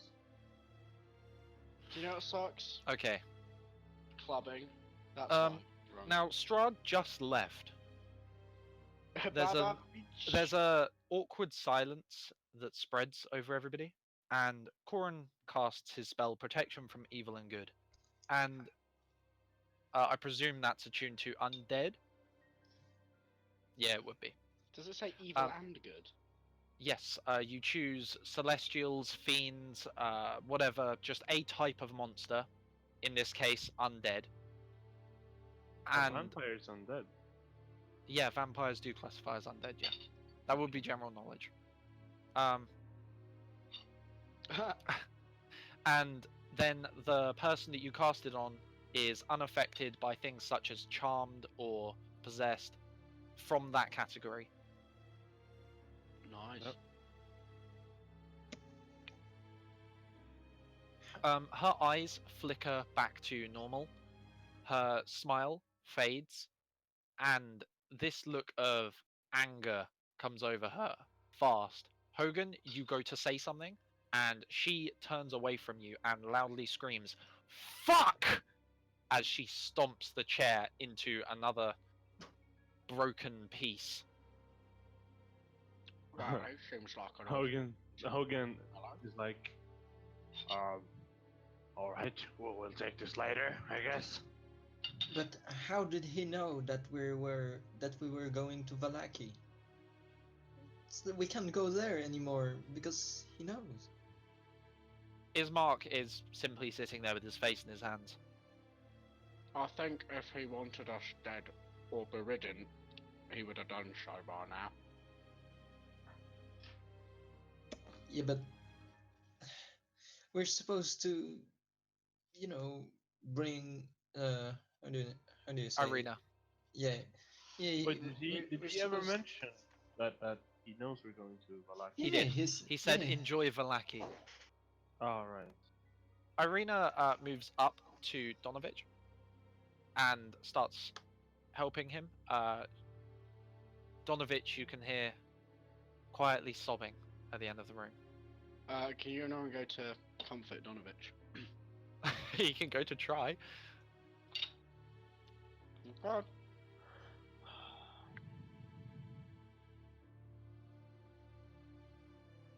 Are you okay there, sir? My son is dead. And the vampire that killed him,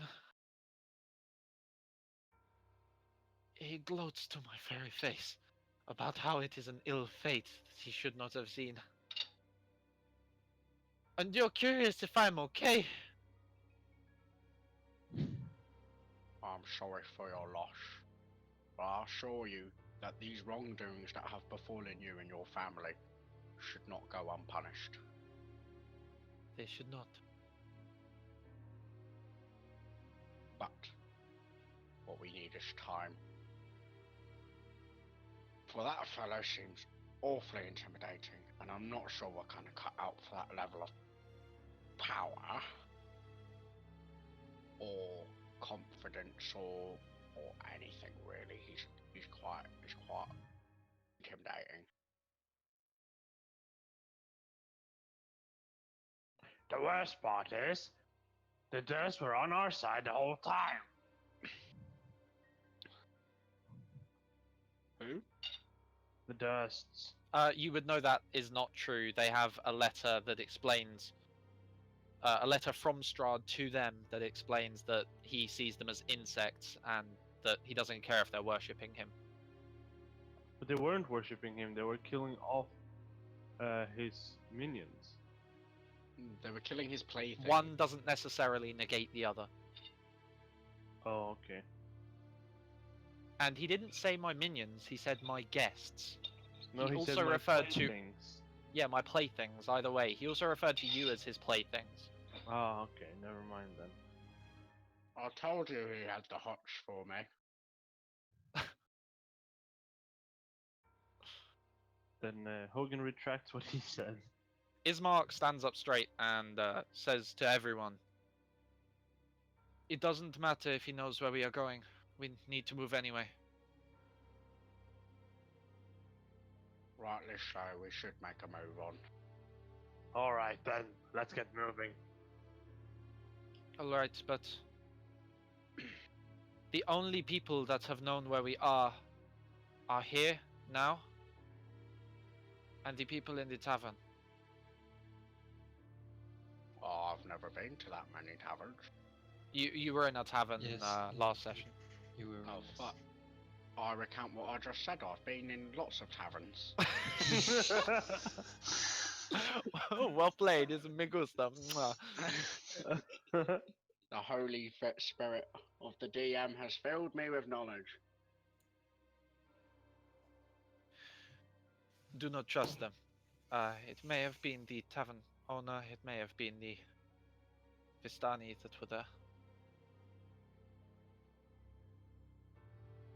Irina, we should go. Irina raises herself from her knee and stands straight. Can I ask something out of character? I'm a little bit confused. What's up? Is Irene meant to be a reincarnation of STRAHD's lover, and is knowingly STRAHD's lover and participating in it, or is it a bit more of a vampire rapey thing? It's a bit more of a vampire rapey thing. Everybody noticed that when she was really angry with him, tried to hit him, then his eyes glinted and she stopped and kissed him.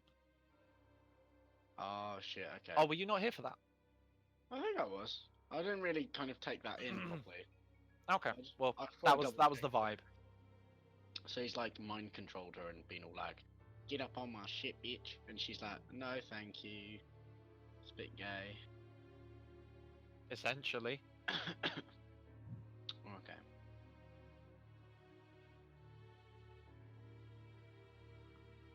Irina turns to look at all of you, her eyes browsing over you. And then she starts marching towards the door. Is everybody Alright. happy to leave at this point? Yes, Yeah. queen. Yes. Oh, goodness. Oh, by the way, she has a rape hit at her hip. I didn't actually realise that. She going stabby stab.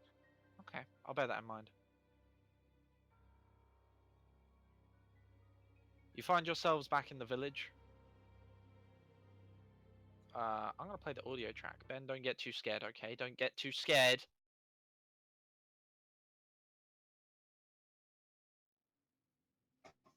Ah!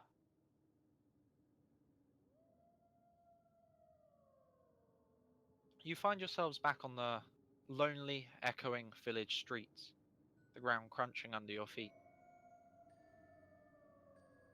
I'm not enjoying this. It's a rather dreary walk back towards the centre of the town. Why would we walk to the center of the town? Wouldn't we just... You out could there? walk to the road that leaves if you wanted to take shortcuts. Yeah, we would try to get out of there as fast as possible. With Ismark and Irina leading the way. Sorry, Ben, you wanted to say something? You know, to make a suggestion that travelling off the roads would not necessarily be the safest course of action. Not off the roads, just the group doesn't know the quickest way yet, and I was gonna have the group follow the path they already knew, but there are quicker paths, so if they let Irina and... Oh, okay, yeah, that's fine. I misunderstood. Okay. And they are led down the dreary passageways. And eventually navigated to the edge of the town.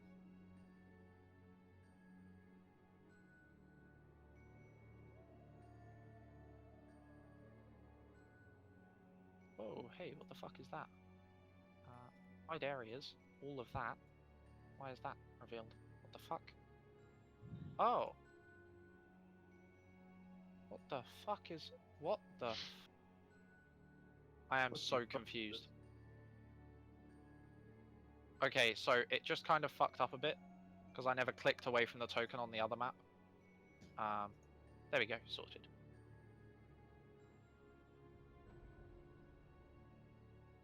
You begin to make your way out of the village of Barovia. Oh, I wasn't going to the tavern. Oops.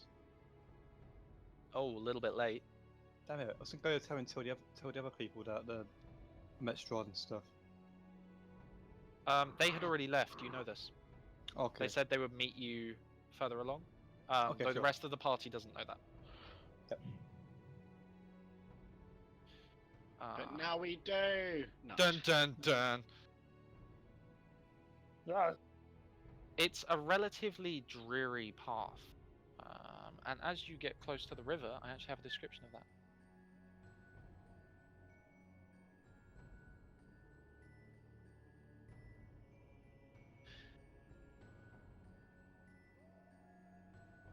You cross over the river, a river which you, Ikor, would recognize, one that you crossed from the south when you first headed towards the village.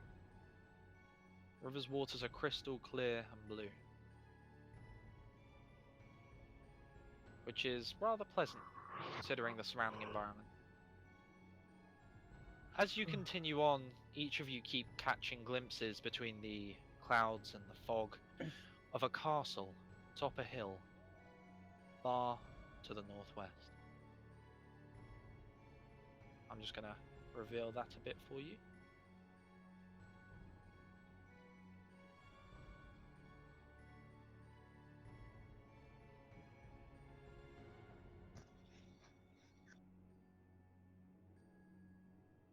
Do you guys see that?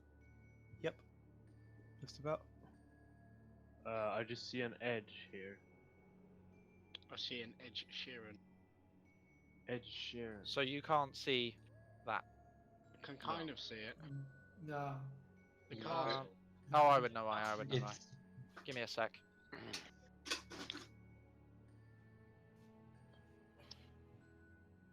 Oh no, the light radius is just too small. Okay, wait. Oh, I've got an idea. How cool is this? Oh yeah. Sorry, I just came up with a sneaky little sneak. Sneaky, clever snag. Sneaky, Just sneaky, gonna stabby, check what stabby. this is. Light is.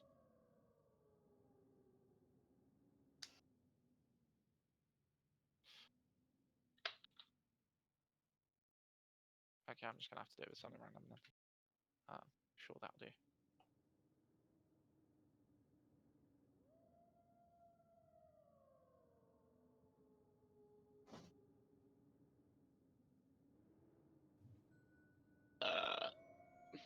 Bless you. Oh, thank you. What the fucky?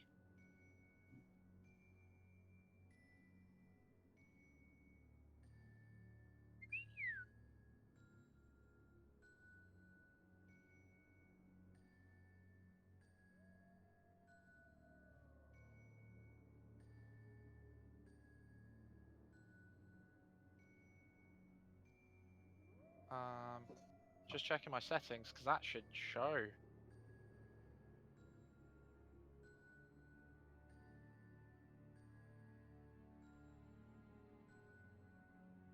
Absolutely should show. What the fuck? Okay, I'm just gonna try it like this. Did anyone ask STRAHD why he got us to go to the murder house first? Yeah, they did. Yeah, I did. yeah. He wanted to try our Oh, courage test us. test. Yeah. Is Okay, it I see. because no, that has. Can you see the castle now? Yeah. Yeah, you can. Okay. It was just being a bit buggy for me then. Center that there. Okay, sick.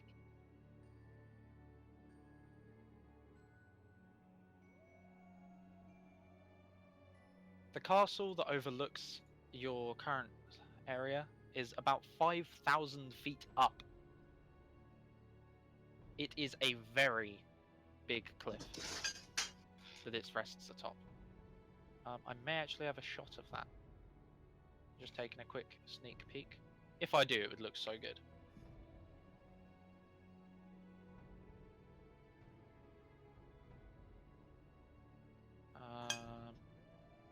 No, I don't think I do.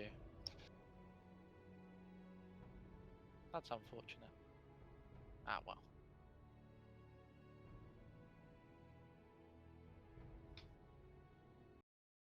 You progress. Crossing the river. Oh, this is a little bit too dark and creepy, isn't it? Jesus.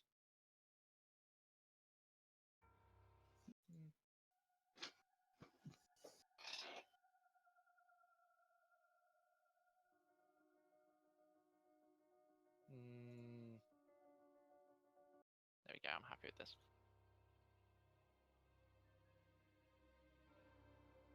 But are you deep down?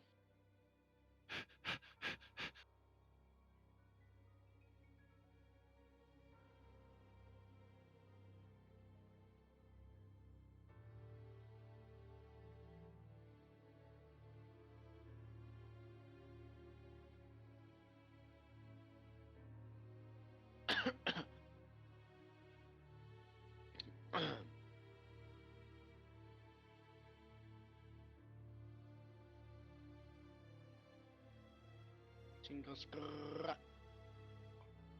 Pop, pop, pop, pop, pop. Skibidoo pop pop. You continue along the pathway until it is Corin that points something out.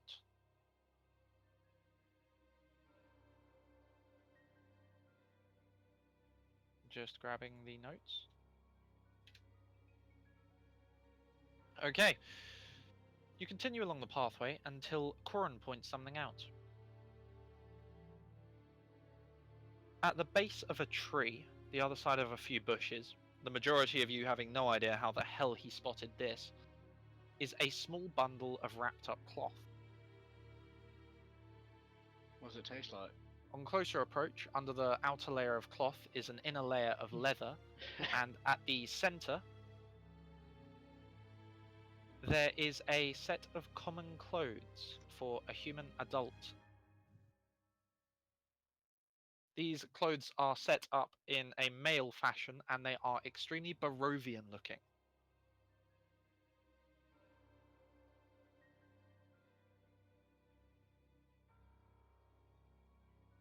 Wait, so there's just a set of clothes wrapped up and left in the street? Literally. Left under, well, essentially at the base of a tree, almost behind it, but just in view, the other side of some bushes. Who spotted it? Corin, Binary's character. You found a bundle of clothes at the base of a tree, the other side of some bushes, wrapped up in cloth and leather. The bundle of clothes contains human male clothing in a Barovian style.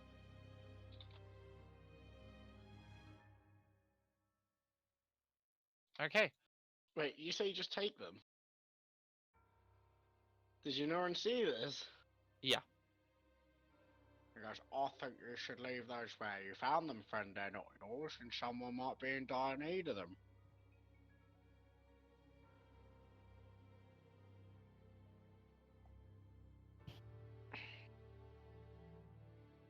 Very poor taste indeed, very poor taste indeed.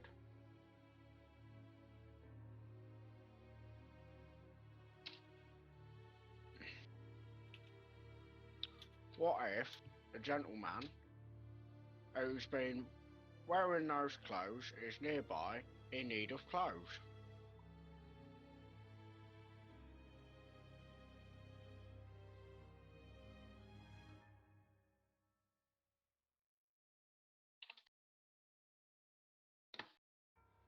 Okay, I shall just maintain this conversation on the question of your morals by myself. You, as a party, you progress down the road further. For fuck's Yonoran, clearly annoyed. Can you see the top of your token in this situation? Me? The group. Yeah, I can see the top of it, but it's not opening much of the map up. Oh, okay, yeah, that's the idea. It's because the trees are there. They cut off your view.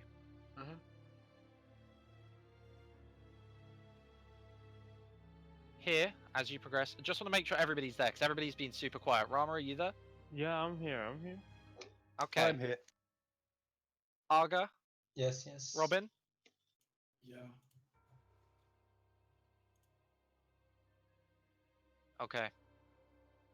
As you come up to a fork in the road, you see an old woolen gallows creaking in a chill wind, blowing from the high ground to the west.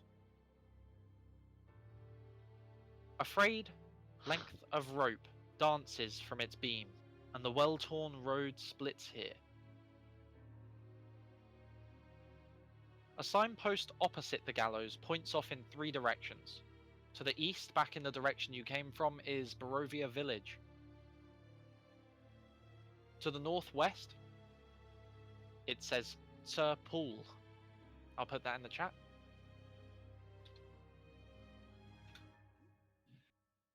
And to the southwest, Ravenloft / Balaki. I suppose we go to southwest.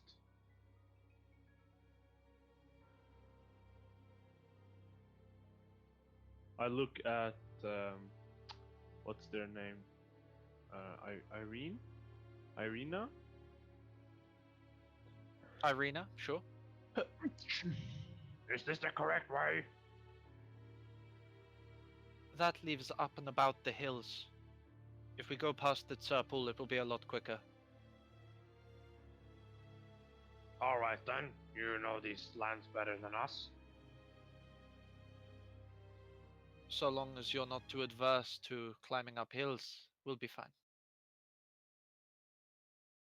When did STRAHD get back? They call me Hill Climber Hogan. No, he doesn't. say STRAHD that. didn't get back. It's the same accent, different voice. That does. Oh.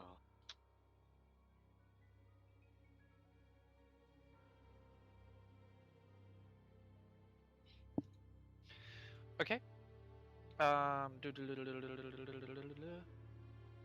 So to the northwest, the path that she's suggesting you take, the road slants down and disappears into the trees.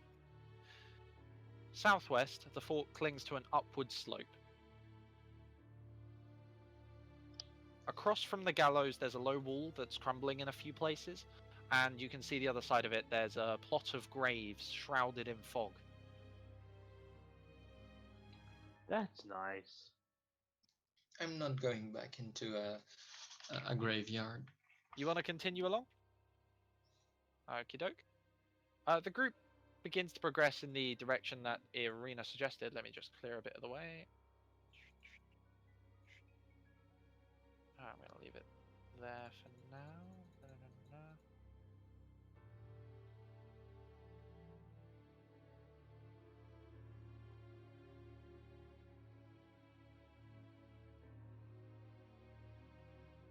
Okay, I'm just going to go to the other channel with someone for a sec. Okay.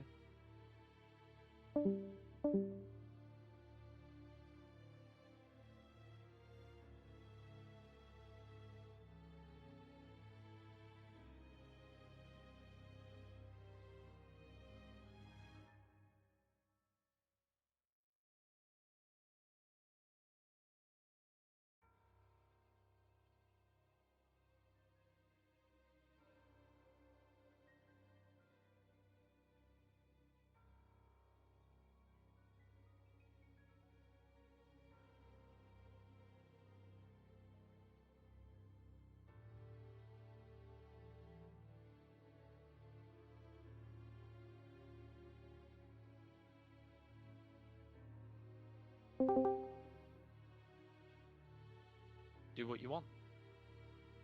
Guys, look over there. What? He points at the gallows. All of you see 2 male corpses hanging from the ropes. Oh, that's not proper. We should bury Hello, them. hello, it's Logan Paul and. Wait, does it look the same as you told me? Does it still look as you Yeah, expressed? yeah, exactly the same. Okay. Logan says, do you see that? That's the corpses of my wife and my child. What? No, 2 adult men. They have maggots growing through their flesh. Their There's eyes bloodshot. They were not there a Can I- moment ago. You married a man and had a man? A man? I see a woman and a little girl. You do Logan not walk- see clearly, my friend. Those are 2 men. Okay. The Can Hogan gallows slowly- itself is burning like a lit bonfire. There's Magical magic. rivulets of different magics flowing through it.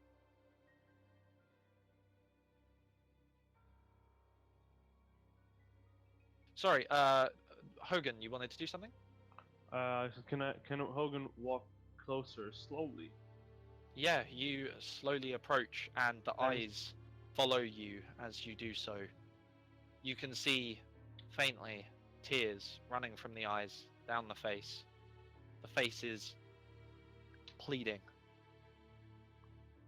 Wait, which one of my companions looks particularly magical? What? Which one of my companions looks particularly... that would be Mid. So he turns to Mid and says, Mid, is this some kind of trick? Wait, how do you think I'm supposed to know about that? I don't know, you can turn into animals. Well, I'm sorry, Corin seems to know. Yeah, Corin more speaks about up. So it is just a trick?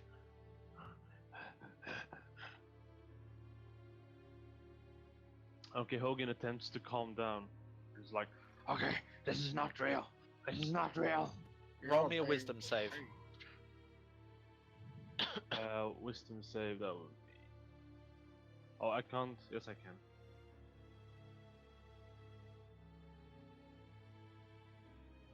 I very strongly think you know what happened there. Hogan just goes, no! He picks out his axe and he starts hacking at the gallows. The rest of you watch, standing somewhat isolated behind him as you see him heaving this axe with a thud, and then a twist as he cracks it back out of the wood, and then another thud, and another twist. And every now and then you see his eyes glancing up at the corpses that are dangling there, slowly swaying in the wind, but not turning away from him.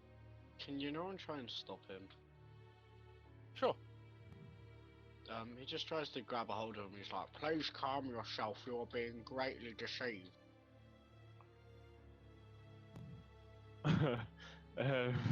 Well, I can't really control my rage, but... Do you want to make a persuasion check, Yonoran? Yeah.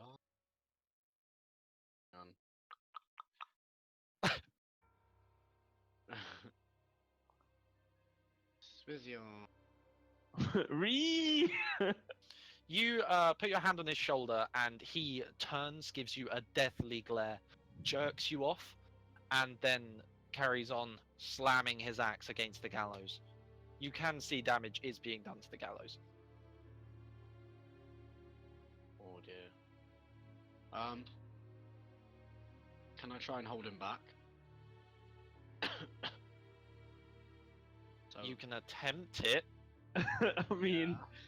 but Would since it- you are the one initiating the grapple, that would mean you roll athletics. boop. Oh. What do I have to roll? Your choice of athletics or acrobatics. Let's see. I will roll acrobatics.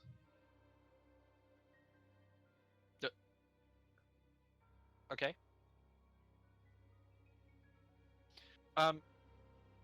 Yonoran steps forwards, and he's practiced in martial arts. He knows how to grab you properly. I'm a grab him good. He manages to catch your arm at such an angle that you aren't being hurt, but if you pull, then you are.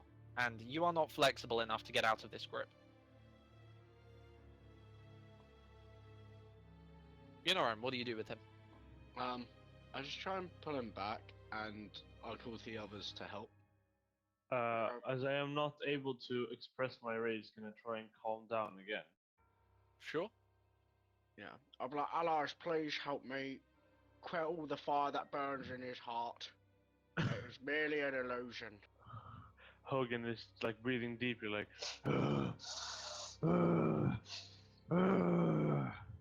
Can you know and just be muttering in his head like he normally stammers, and he's just like, be calm, friend, it is just an illusion, you are okay, you will be fine. Everything's gonna be alright, everything's gonna I be feel like that would be worse. You know, what do you call it? Hogan's never reacted angrily towards Unorin unless he's shown pacifism. Do you want to make me that wisdom save? Me? Yeah. Sure. Be wise in your ways, brother. You are sure of what you saw. It's only right. I'm going to drag you to the other channel for this description. Okay. Oh God, it's gonna even be more fucked up.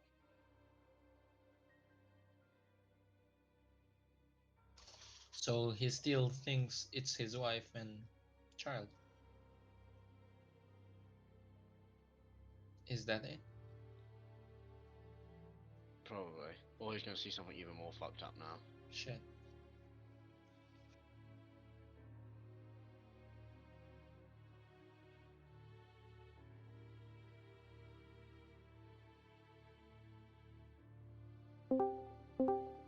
Hola, señors.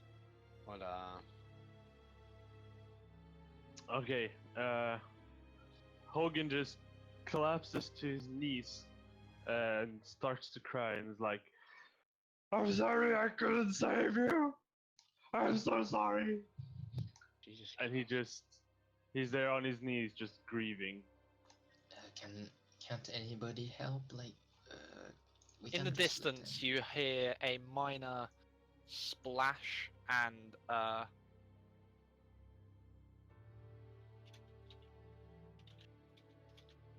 sorry, one sec.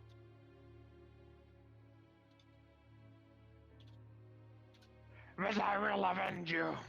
Oh, that was a bad voice. I will avenge you.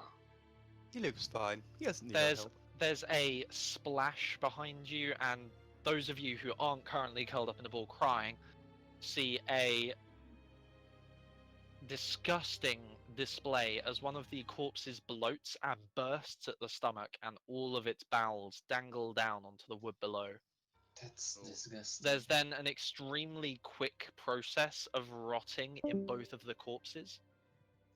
As the eyes pit away and fall from their sockets, the skin sinks away, they slowly break down to bones, and then when the bones can no longer hold themselves together, they drop to the base of the gallows. Can Unorin remain holding him, but in more of a comforting way?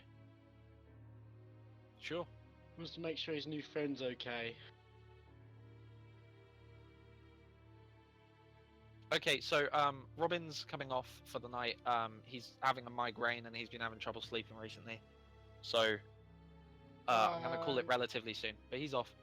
We love you. Look after yourself. Yeah. Hogan knows his family is dead, and he knows he can't really do anything to bring them back. So he's just grieving. He's just crying basically.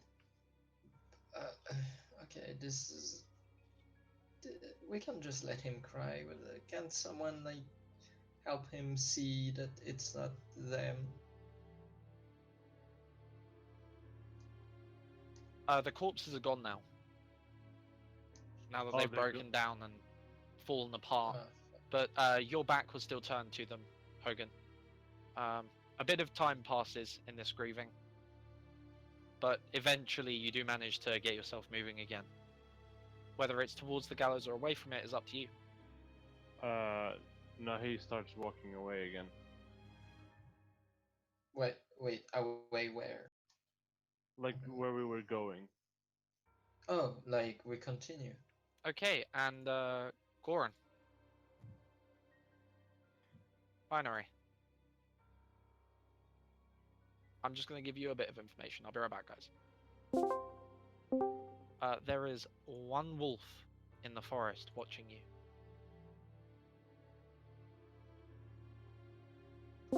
Dude, this whole world is stupid.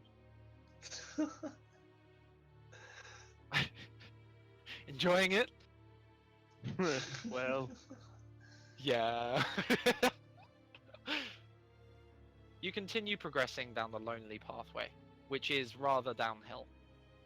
Eventually, there are too much brush and trees for you to see much further, and the moment you push through, there's a clearing. I'm just gonna clear it on the map for you. Oh wow, I managed to draw a line and then end that same line by dotting too closely to it about 4 times in a row. On my way.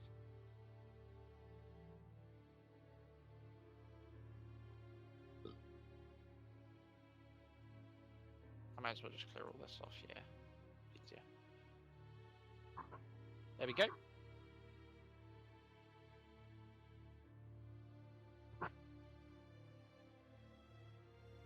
And as you can see just under your token, I'm just moving you over for ease's sake, there's a little village. It's more like an encampment of tents, and you begin to approach it. Oh, that's the Vistani thing. What Yeah. what was it called? It was called the Turple Encampment. Turple. I've What put colour in the chat. What was that, sorry, Ben? What colour is it? What do you mean, what colour? What colour is it? Usually camps do not have a single colour. The purple is purple. I hate Oh you my right now. God.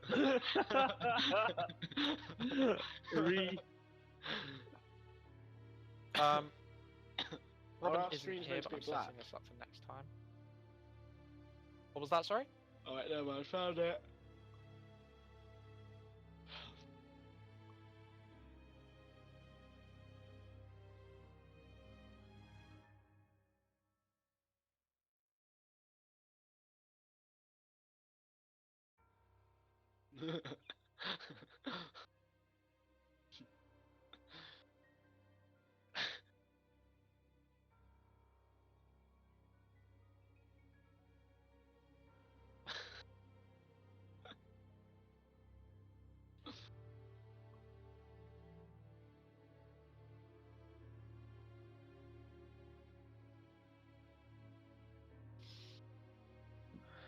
And one last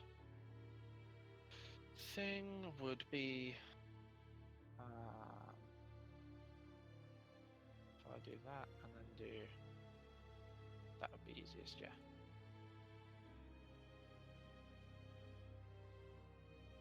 And then add that. And then just need to add that one and that one, and then we're all good to go.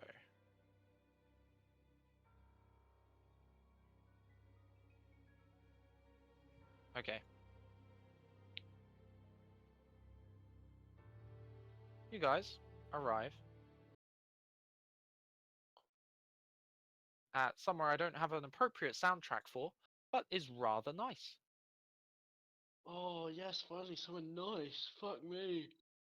It's a trap.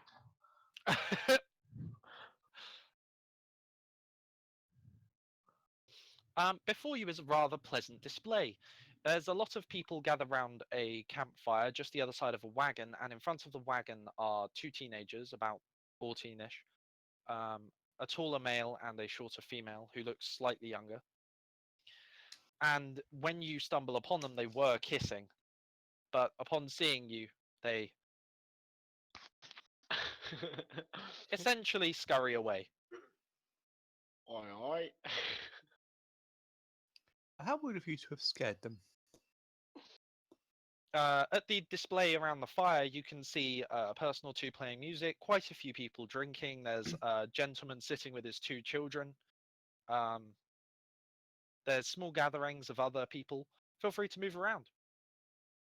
Yeah, I approached Talana. Nobody else would know who that is. And to clarify, only you can see their name. Me? Kalista. I can Okay. see their names. Only Kalista can see a specific person's name. Holy crap, why can everyone see everyone's name? What? I can cannot see. I the can one see with the it. K, one with the H. I Yeah. can see a Heron and a Corin. Otherwise, Oh Oh no. oh no. Oh no. Okay, there we go. Yeah. Cheers. Okay, I'm gonna run Michael through this. Nobody. Yeah. Okay. Okay.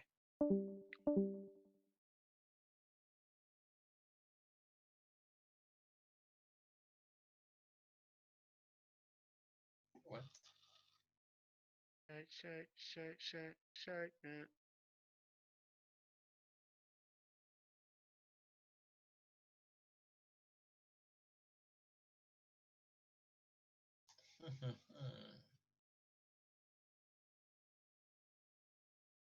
What did you call me? What? Little What baby did you bitch call face. me? How dare you?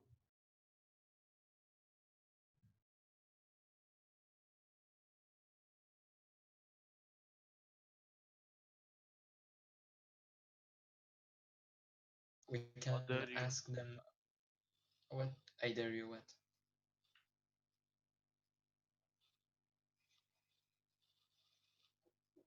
Okay.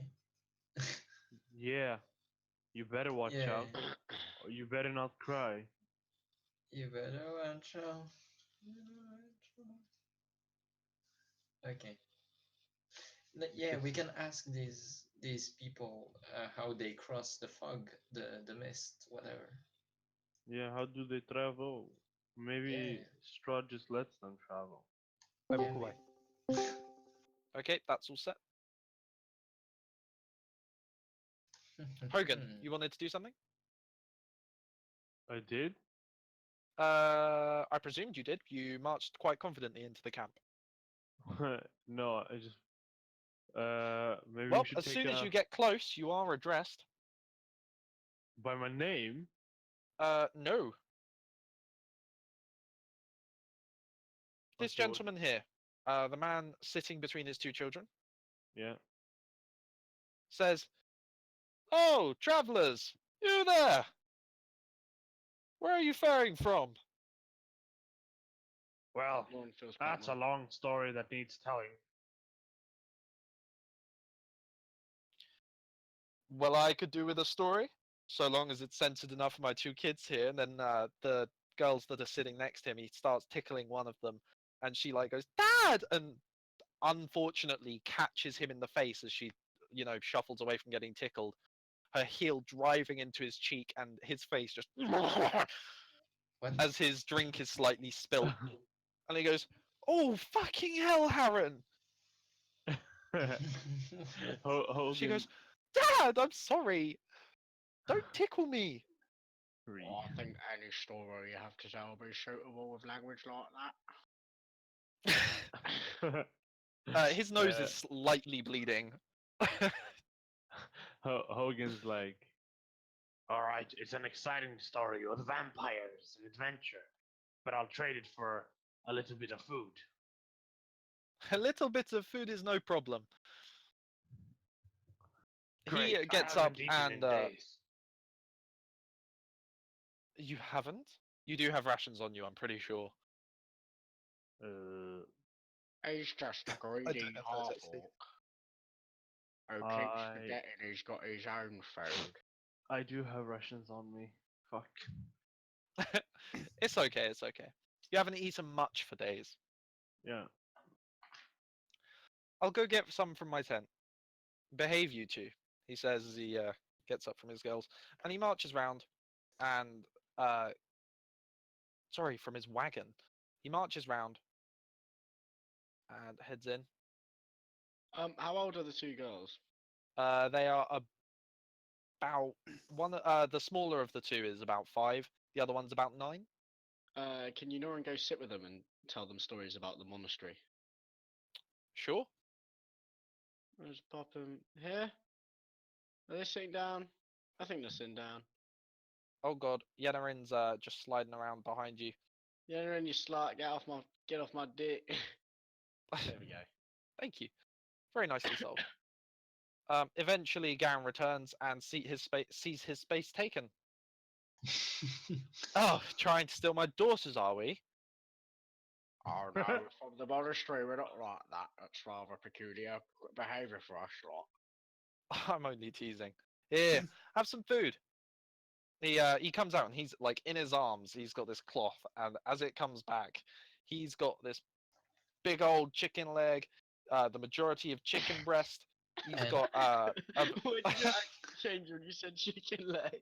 I don't know, big old chicken leg. You got big old chicken leg, boy. Big old chicken drag race. And as Mid approaches, he asks the dad, "Are you Vistanis?"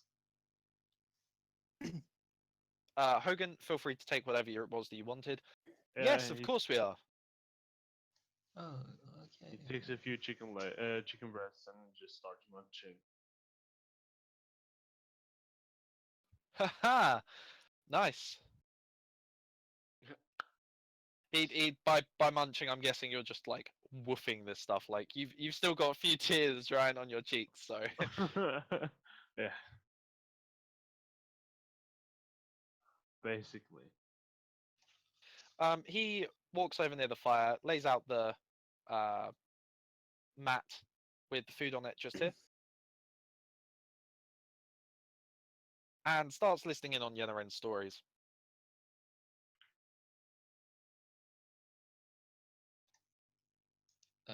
So I approach him and ask if I can serve myself some chicken. By all means, help yourself. Oh, thank you. Did you come here for anything in particular? Uh, do you mean this Barovia or this place? This encampment. Oh, we're heading to Valaki, so we just happened Oh, to pass. oh, I see. We've been passing by and we've been on a couple of days of journey, but it's been a very long time indeed since we've seen such a warm and inviting encampment with such cheerful faces. You get a voice pipe up next to you, one of the two girls. Balaki sucks. Oh, What's a lackey? Valaki, the it's town. the town we're going. I was. Oh. And what makes you say that, young girl? What's wrong with Velaki? We're not allowed in just because we're not Barovans. Wait, we were told there were Vistanis in Valaki. Isn't that true? Unfortunately, not. They're not allowed in. We're not allowed in. We have big encampments nearby though. Bigger than this, far bigger. Oh, Oh. I'm curious as to why people who are not from their hometowns are not allowed in. There's some weird belief there. It's not the sort of thing to talk about over food. I understand. Yeah, Norin carries on eating and telling stories. It's currently about 1 o'clock. No, I'd say it was more like it's coming on 3 o'clock, 4 o'clock. Are you staying here for long? Oh, of course not. We won't bother you too much. Well, it wouldn't be a worry if you were. We were just querying as to why you guys were camped here.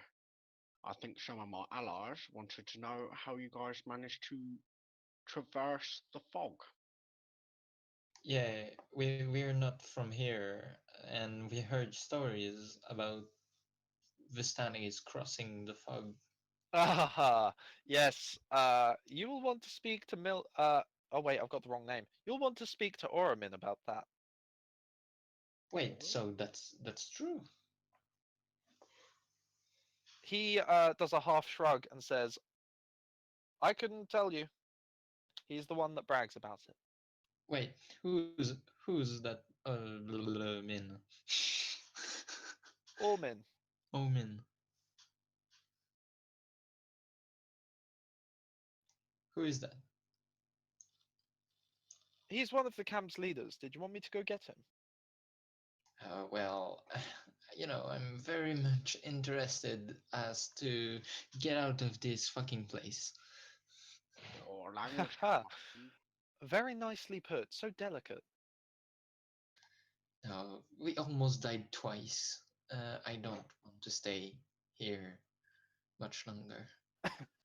So did your previous character. Gotcha. I'll be sure to go grab him for you.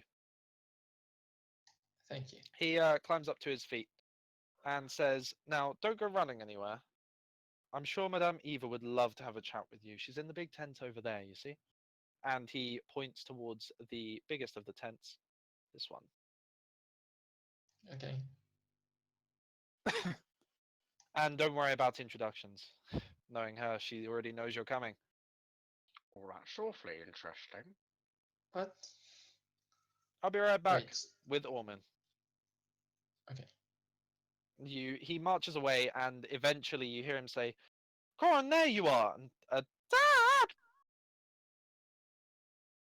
And you see the same couple as before come marching out from behind the wagon, holding hands, charging through everyone.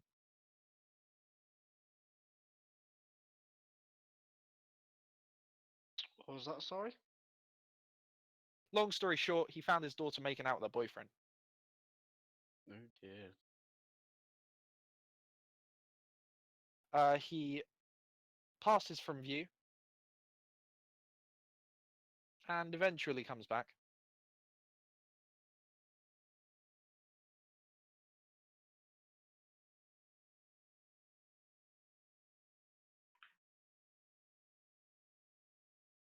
Orman, these are the people I'd like you to meet. Ah, hello. Orman's a rather heavy-set guy. Not fat, more muscly, but he's Burly. got weight to him. Yeah, burly. Burly's a good word. He's got a rather thick jawline, wide jaw, lots of stubble to him, and he's got a really cocky grin going on. Shaved head. And the corners of his eyes are creased with, smile lines? Really deep smile lines. Okay. What can I do for you? We have a mild curiosity about how to traverse through the fog that plagues this land. Oh, Yeah. you do. And kind of glances around at everyone and goes, Yes. "We do? Yeah. You do you? We Yes. do. Yes, we do." He's kind of awkwardly smiling now. He's like, "We do. Yes, we do." Please.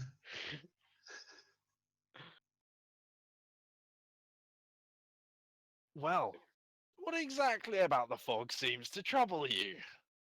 It's very, very cold. And we wonder how.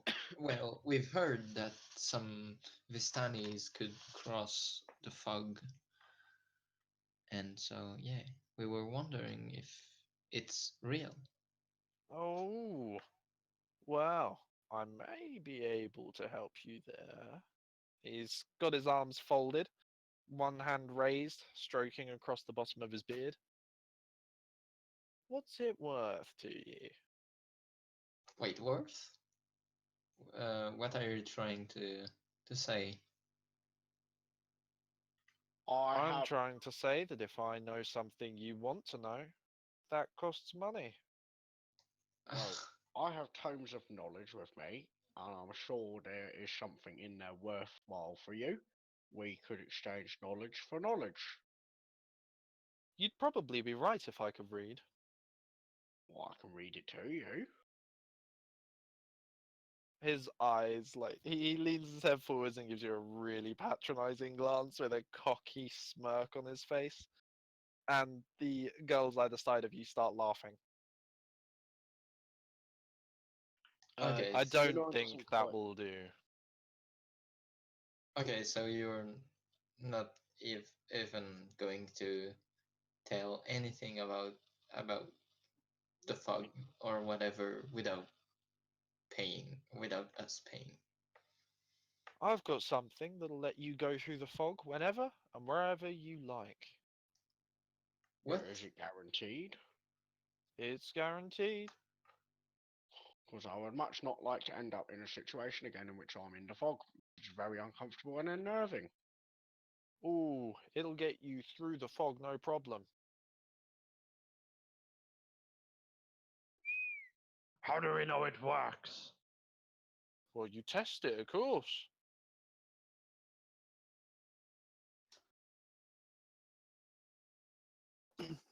Did you cross the fog? I cross the fog whenever I need to. Yeah, I was thinking about it. Do the Vistanis come from this land, or Not at all, not at all. and After I gave around my potion, everyone crossed to and fro whenever they pleased. so you don't come from this country or whatever this lands? We do not. Hmm. Okay. So, so this isn't really a place like I mean I'm feeling that we like where I was is completely different from where Hogan was before the fog. Like how do you know where to go after the fog? Like is it always the same place after the fog? There are places, there are wills, there are ways. I thought you said you were looking to get out, not back in. Yeah, no, but I'm wondering where where where we are is Barovia uh like the actual position of the lands of Barovia. Like I'm wondering how we all got here just by going through some fog. Do you know? It's a mystery far beyond me to explain. So you have a manner in which to traverse the fog, I do, most certainly. and you're not willing to spill the beans unless we pay up. A man does have to make a living, I'm afraid. Fucking I'm fucking sure potion making isn't necessarily your main source of income. And I'm sure that passing on scriptures is not necessarily yours, but we all want gold coming in somehow.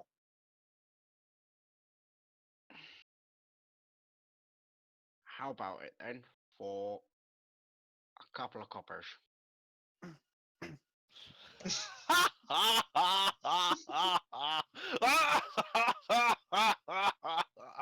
A couple of coppers to escape here? You must be mad! Well, you must be mistaken. We're not looking to escape. Oh, and what are you looking to do? Go further. Hmm. Hmm. A man with gall. I like you. What's your name? I am Yonorin the Baron Footed. Yonorin. Yonorin, I like you. Here. He pulls a flask off of his hip, a water skin, takes a swig from it, cops the lid back on, and throws it to you. Wait, what? Yonorin removes the cap, takes a sniff, and then takes a swig. It is wine, strong wine. And he takes the whiff and he goes, And "This is mid very strong for my orcish and nose." and mid And then just takes rush a to sip. Yenorin. Mid just rush to Yenorin and take a sip too from the thing. Is this the flask? Is this the flask? And he just drinks from it. Yonorin stops him and mutters something along the lines of, "Don't be so impolite when we have company." So the way this plays through is Yonorin holds this up to his nose, uncaps it, takes a sniff, Strong. says, "This is strong for my orcish nose."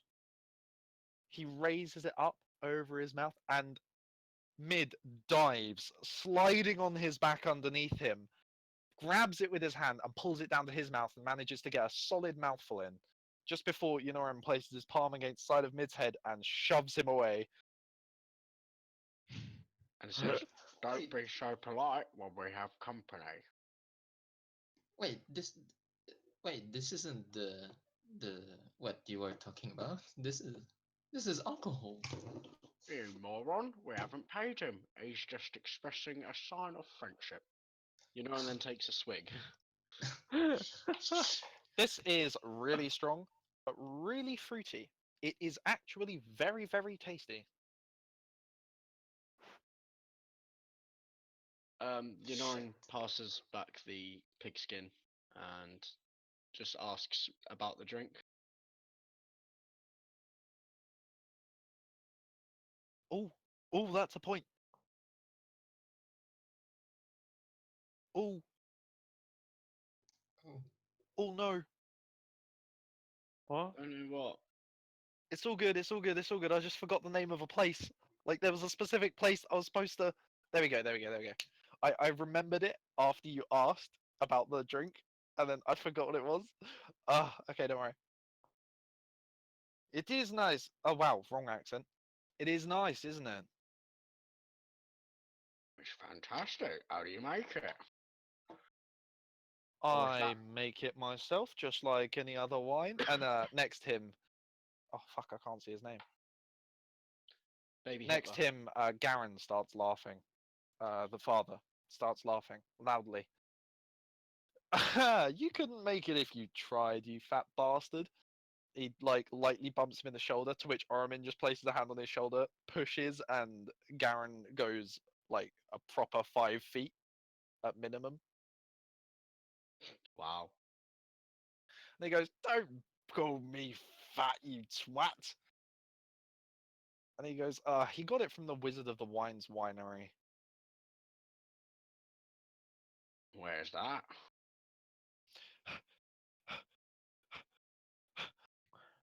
What's a Wait, wizard? what was that noise? That was Leighton reeing. It was an internal I've lost it on the map. Fun. You penis face. I swear it's not actually there. Oh my god, I think it's actually gone. Where is?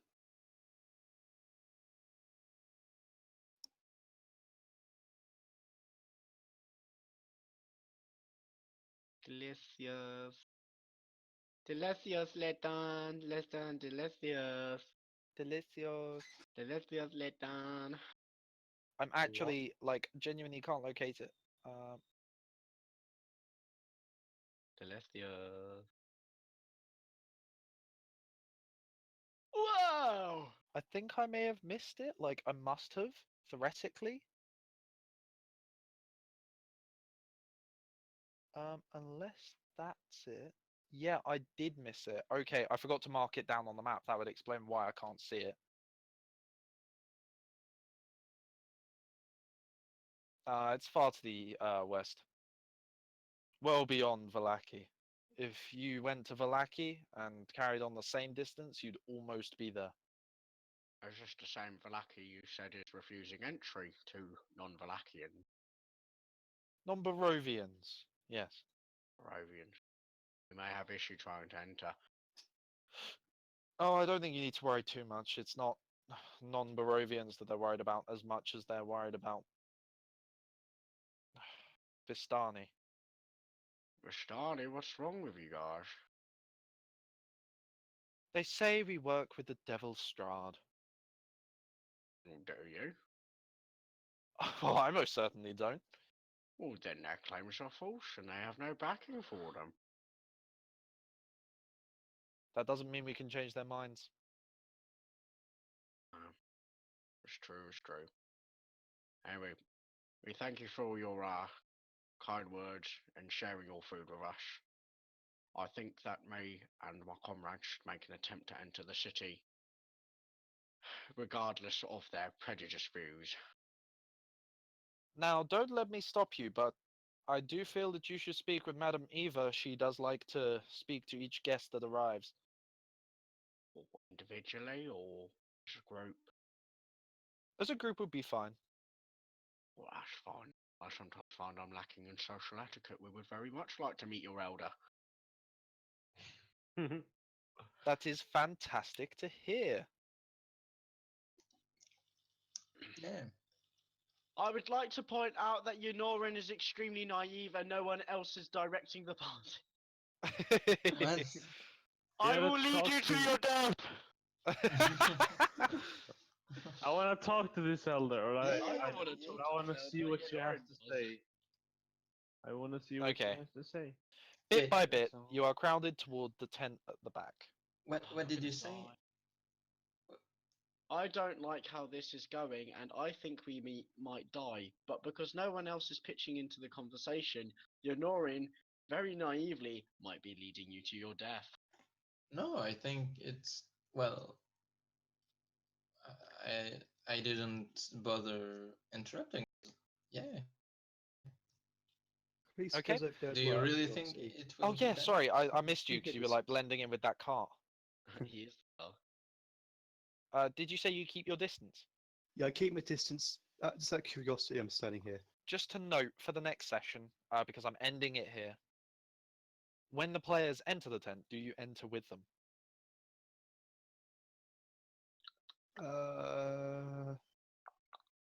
Wait, what? I stand outside at first, but then I approach later if it gets interesting. Wait, Okay. why are we suspicious from? Like, do you really think, guys, this is going to be good? I'm suspicious, and that's purely because of how difficult Strahd has been so far. Yonorin He is thinks not he's wrong. just got free food and drink, and these people are his new best friends. He would literally give his life for them at this point. They gave you chicken. That's the best thing. Mate, actually, to be fair, as a normal person, you give me chicken, I'm bound to be bestie. I'm very Dude, chicken is so fucking delicious. I'm I'm so food saying. motivated.